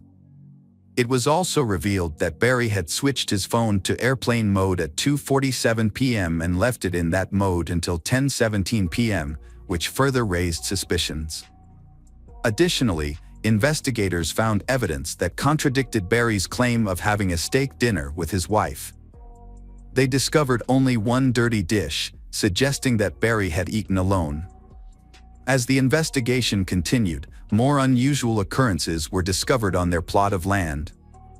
The police found additional suspicious details while reviewing the data from later that night.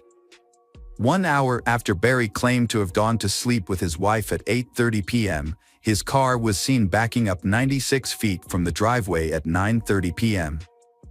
This led investigators to speculate that this could be when Barry loaded his wife's body into the truck. If he was indeed guilty. Furthermore, the records showed that between 3:25 and 3:48, the truck door opened and closed over 80 times, which, although indirect, suggested that Barry might be hiding something from the police, causing them must dig deeper into the incident that occurred on May 10th. Investigations involving Barry co-workers revealed that he had no reason to be in Broomfield on the day in question. The contract didn't start until a week later, so there was no project to inspect. Barry initially claimed that his only activities that day involved visiting the Holiday Inn, the work site for an upcoming project, a store for granola and water, and a stop at McDonald's to clean his windshield. However, surveillance footage obtained by the Colorado Bureau of Investigation contradicted his story. The footage showed that Berry disposed of 5 trash bags near the Holiday Inn and McDonald's. This increases suspicion about his actions. When police questioned Berry about the footage of him disposing of trash bags he gave an unusual explanation. He claimed that he wanted to avoid paying for disposal fees so he could clean his car. However, his story fell apart when officers searched his vehicle. Berry's suspicious behavior was further highlighted by a coworker who reported a strong smell of bleach and chlorine in his hotel room a day after Suzanne disappeared. In addition, investigators found that Berry had changed his clothes multiple times throughout that day. Investigators then delved deeper into Berry and Suzanne's personal lives. Their daughter revealed that her parents' marriage was not as happy as Berry had initially suggested. Text messages on Suzanne's phone confirmed this. Suzanne was deeply unhappy in the marriage and discussed her desire for a divorce, which Berry refused. Suzanne kept a list of grievances in her Notes app, detailing a pattern of physical abuse by her husband Berry. She expressed fear of being alone with him and was concerned about his heavy drinking and attempts to take her phone. Suzanne also suspected him of being unfaithful. In an attempt to catch him in the act, she purchased a pen with a hidden recording device, but it ironically captured evidence of her own affair instead. The investigation revealed that Suzanne had been having an affair with a man named Jeff, a high school acquaintance, for about a year and a half, starting in 2018. Although Jeff initially appeared to be a potential suspect, he was later cleared of any involvement in Suzanne's disappearance. However, investigators discovered a note that suggested Berry had found out about the affair and might have accused her of having a boyfriend just 2 days before she went missing. During their search of the Suzanne house, police uncovered several crucial pieces of evidence, including the cap of a tranquilizer dart in the dryer and the spent bullet casing in the bedroom. They also found a large crack in the doorframe and a charred remnant of Suzanne's journal in the fireplace. These findings, combined with telematic data, suggested that Berry might have killed Suzanne on May 9, 2020. Phone records from Suzanne's phone supported her initial story. After texting Jeff 53 times and sending a selfie at approximately 2:10 p.m., the phone showed no further activity. It wasn't until 2 weeks later that the public discovered Berry was a suspect in his wife's disappearance. This revelation came when police excavated a construction site in Salida, one of Berry's job sites, over the course of 2 days. In response, Berry released a video to the public maintaining his innocence. It was not until May 5, 2021, nearly a year into the investigation, that Berry was arrested. While the evidence against him was largely circumstantial, the prosecution felt confident in their case. Due to the inconsistencies in Berry's alibis, his repeated lies, and a clear motive. Berry was charged with multiple crimes, including the first-degree murder of his wife, tampering with physical evidence, possessing a dangerous weapon, and attempting to influence a public servant. Berry accepted the charges and paid a $600 fine. A preliminary hearing took place in August 2021 to decide if the case should go to trial, at which point most of the case details were made public. The prosecution presented its evidence over 4 days, outlining its theory of the incident. They claimed that on May 9, 2020, Berry killed his wife, dismembered her body in a hotel room, disposed of the tools, and buried her remains in an unmarked grave. However, Berry's defense strongly challenged the prosecution's narrative, pointing out inconsistencies in their story. They cited that cadaver dogs found no signs of human remains in Berry's car or the hotel room where he supposedly brought the body. The defense also raised doubts about the dart bullet cover, suggesting it may have been planted. Furthermore, the defense argued that Berry's dart gun was broken at the time, making it impossible for him to use it in the murder. The defense team's apparently piece of evidence was partial DNA found in Suzanne's Range Rover and on her bike helmet. which didn't match Barry. What made this discovery significant was that the DNA in her car matched DNA profiles from 3 unsolved sexual assault cases in Chicago and Arizona. This raised doubt about Barry's guilt. However, the CBI investigator in charge of the case was unable to present this crucial evidence earlier because he had to take a leave of absence for military service before. It wasn't until September 7th that the judge decided to move forward with the case, setting Barry's bail at $500,000. He was released from county jail on September 20th, 2021. However, in a surprising move, the prosecution filed a motion to dismiss all charges against Barry without prejudice. At the time, the prosecution faced several challenges, including a lack of concrete evidence, as no body had been found. Additionally, the prosecution had missed multiple deadlines, resulting in the exclusion of 14 key witnesses from the trial. Barry was seen leaving the courthouse with his 2 daughters, visibly relieved. Nearly 2 years later, on September 22, 2023, investigators made a breakthrough in the case when they discovered several shallow graves in Moffat, Colorado. Suzanne's remains were identified through dental records and a chemotherapy port, found over 50 miles away from the initial search area. The discovery of Suzanne's body has raised fresh questions about Barry's potential involvement in her murder. Although the charges against him were previously dismissed, the new evidence has led many to wonder if he could still be considered a suspect in the case. Some people question how Barry could have disposed of the body without being in Moffat on May 9th and 10th, suggesting he might have had help. For now, Barry does not appear to be directly involved in where his wife's body was found. The police and district attorney's office continue to investigate the case. The 12th Judicial District's district attorney stated that they cannot comment on the case until more information becomes available, while offering condolences to Suzanne's family. Barry's attorney, Iris E.T. Yen, speculates that Suzanne might have been the victim of a serial killer.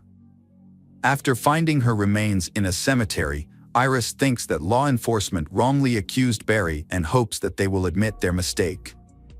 Barry has initiated a $15 million lawsuit against the prosecutors, sheriff stations, and investigators because he was wrongly accused in the disappearance and death of his wife. Hello, crime enthusiasts.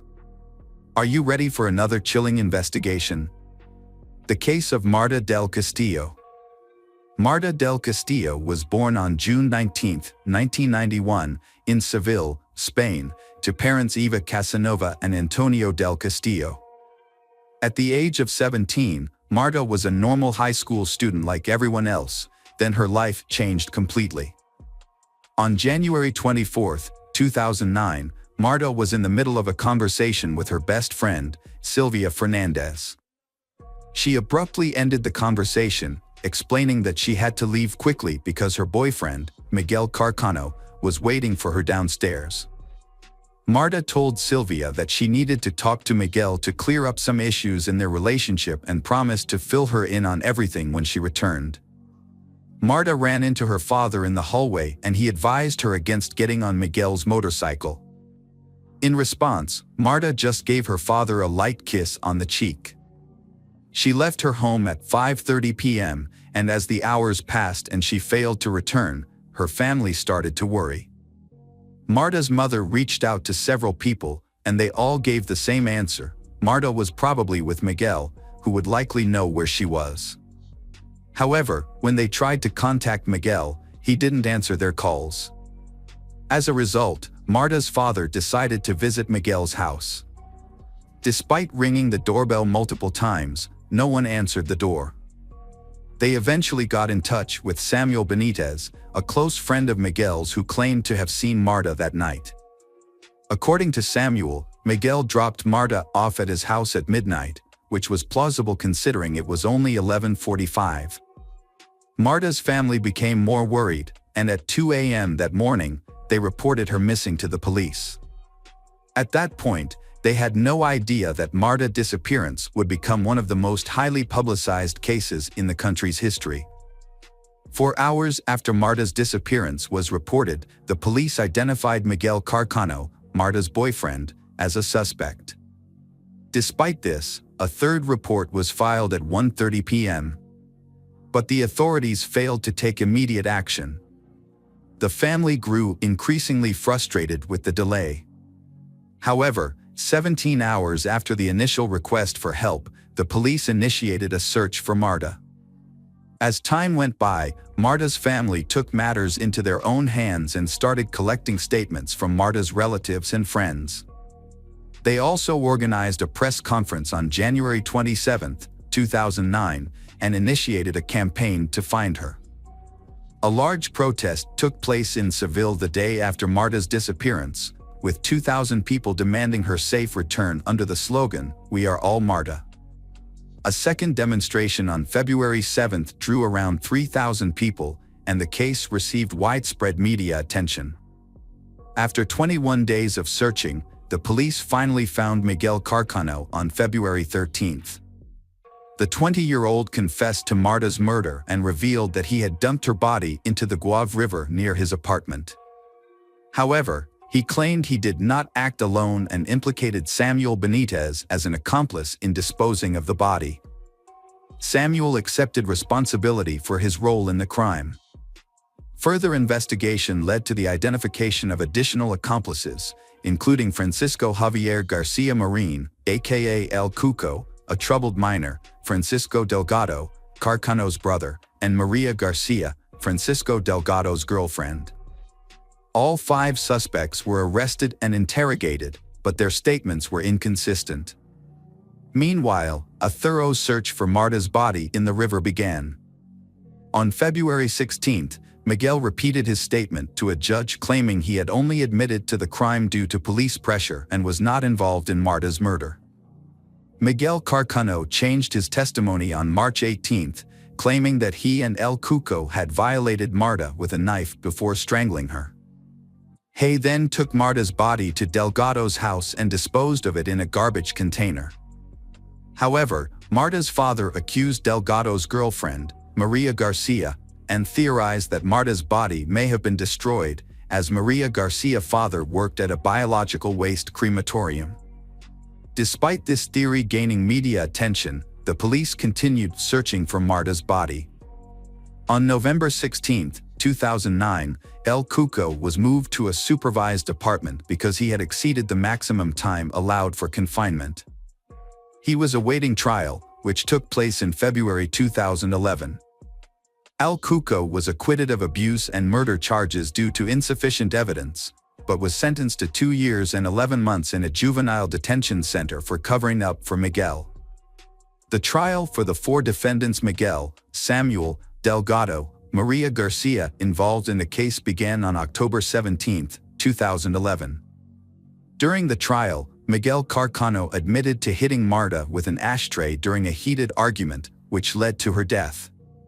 He also revealed that his previous statements about abusing Marta were false. The investigation revealed inconsistencies in the stories told by Delgado, Maria Garcia, and Samuel. They claimed to have no knowledge of Marta's whereabouts after her death. They alleged that Miguel fabricated the entire story to reduce his guilt. However, forensic analysis uncovered incriminating evidence. On November 22, 2011, the forensic police discovered traces of Marta's blood on Miguel's jacket.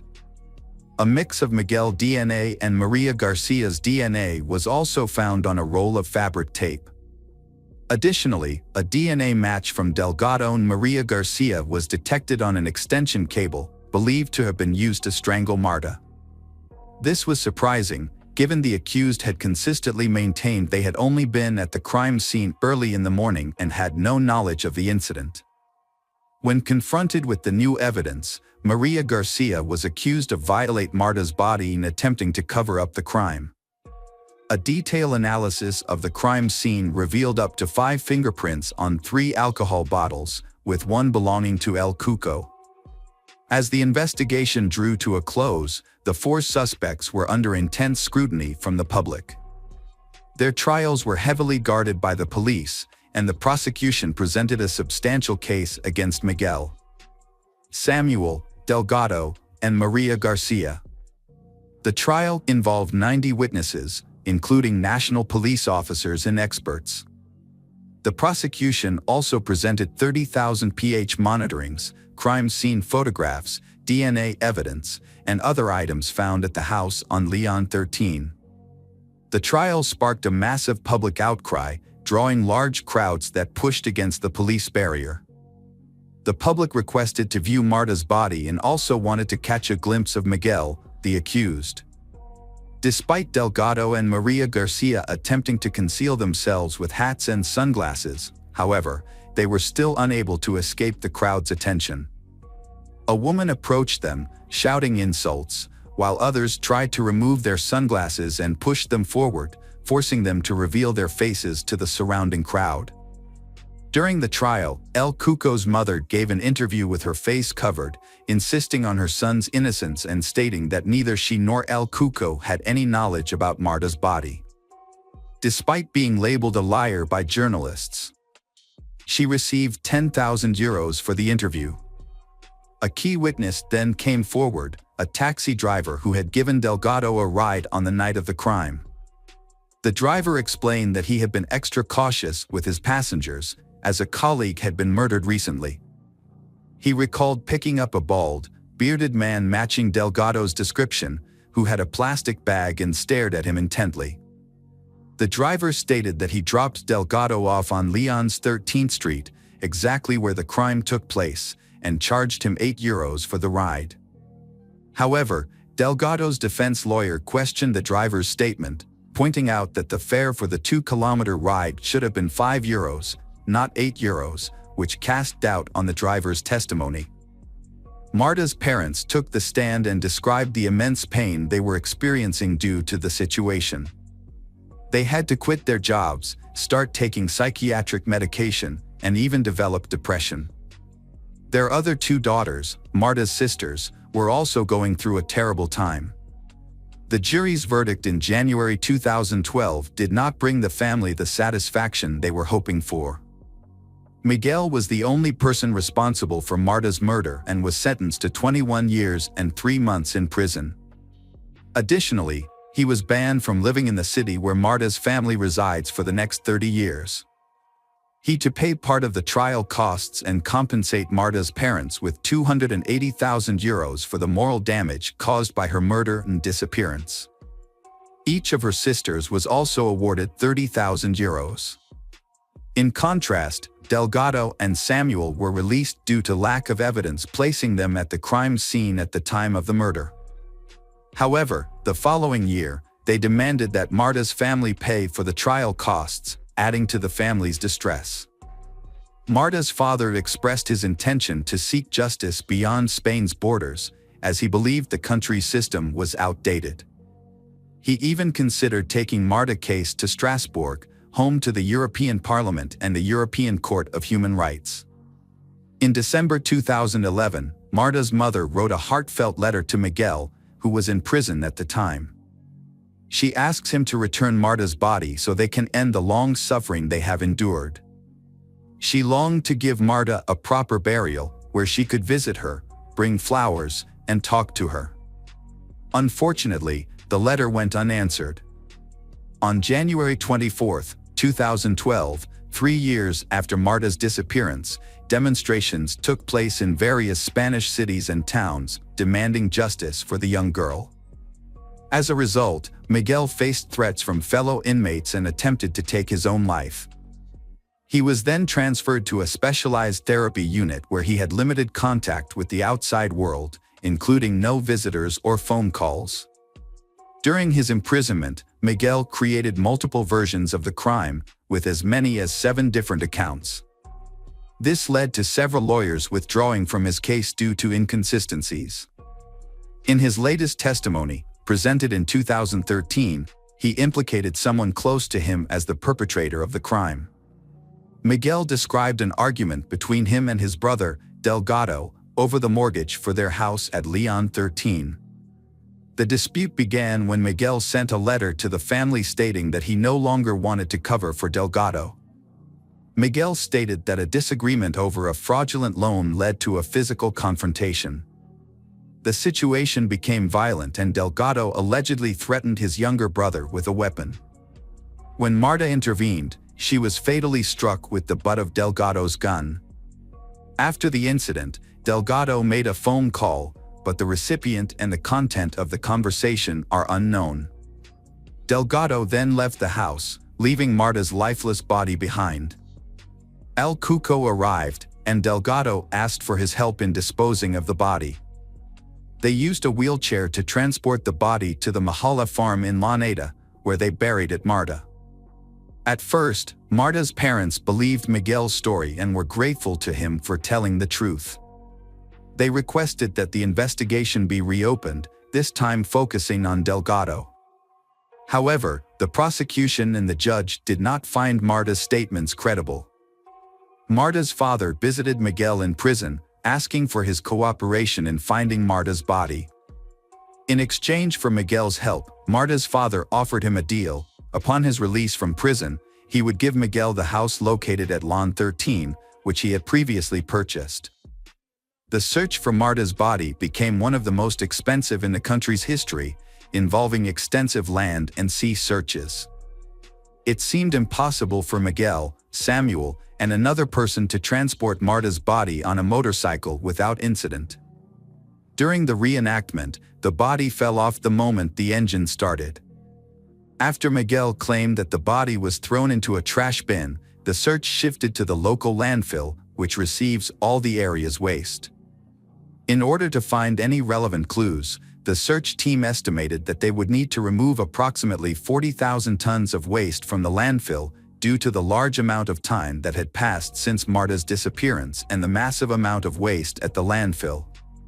The search for Marta's body lasted 32 days but was unsuccessful. Miguel, the accused, gave investigators 4 different locations where evidence might be found, leading to multiple new searches. However, the searches were hindered by a lack of funds, and at one point, the then Interior Minister Alfredo Perez had to pause the search due to financial constraints. In April 2013, Miguel pointed to Delgado as the real murderer and provided another location where Marta's body could be found, this time near the city of Link, Canada. Despite having lost credibility due to his previous false versions, a new search was conducted.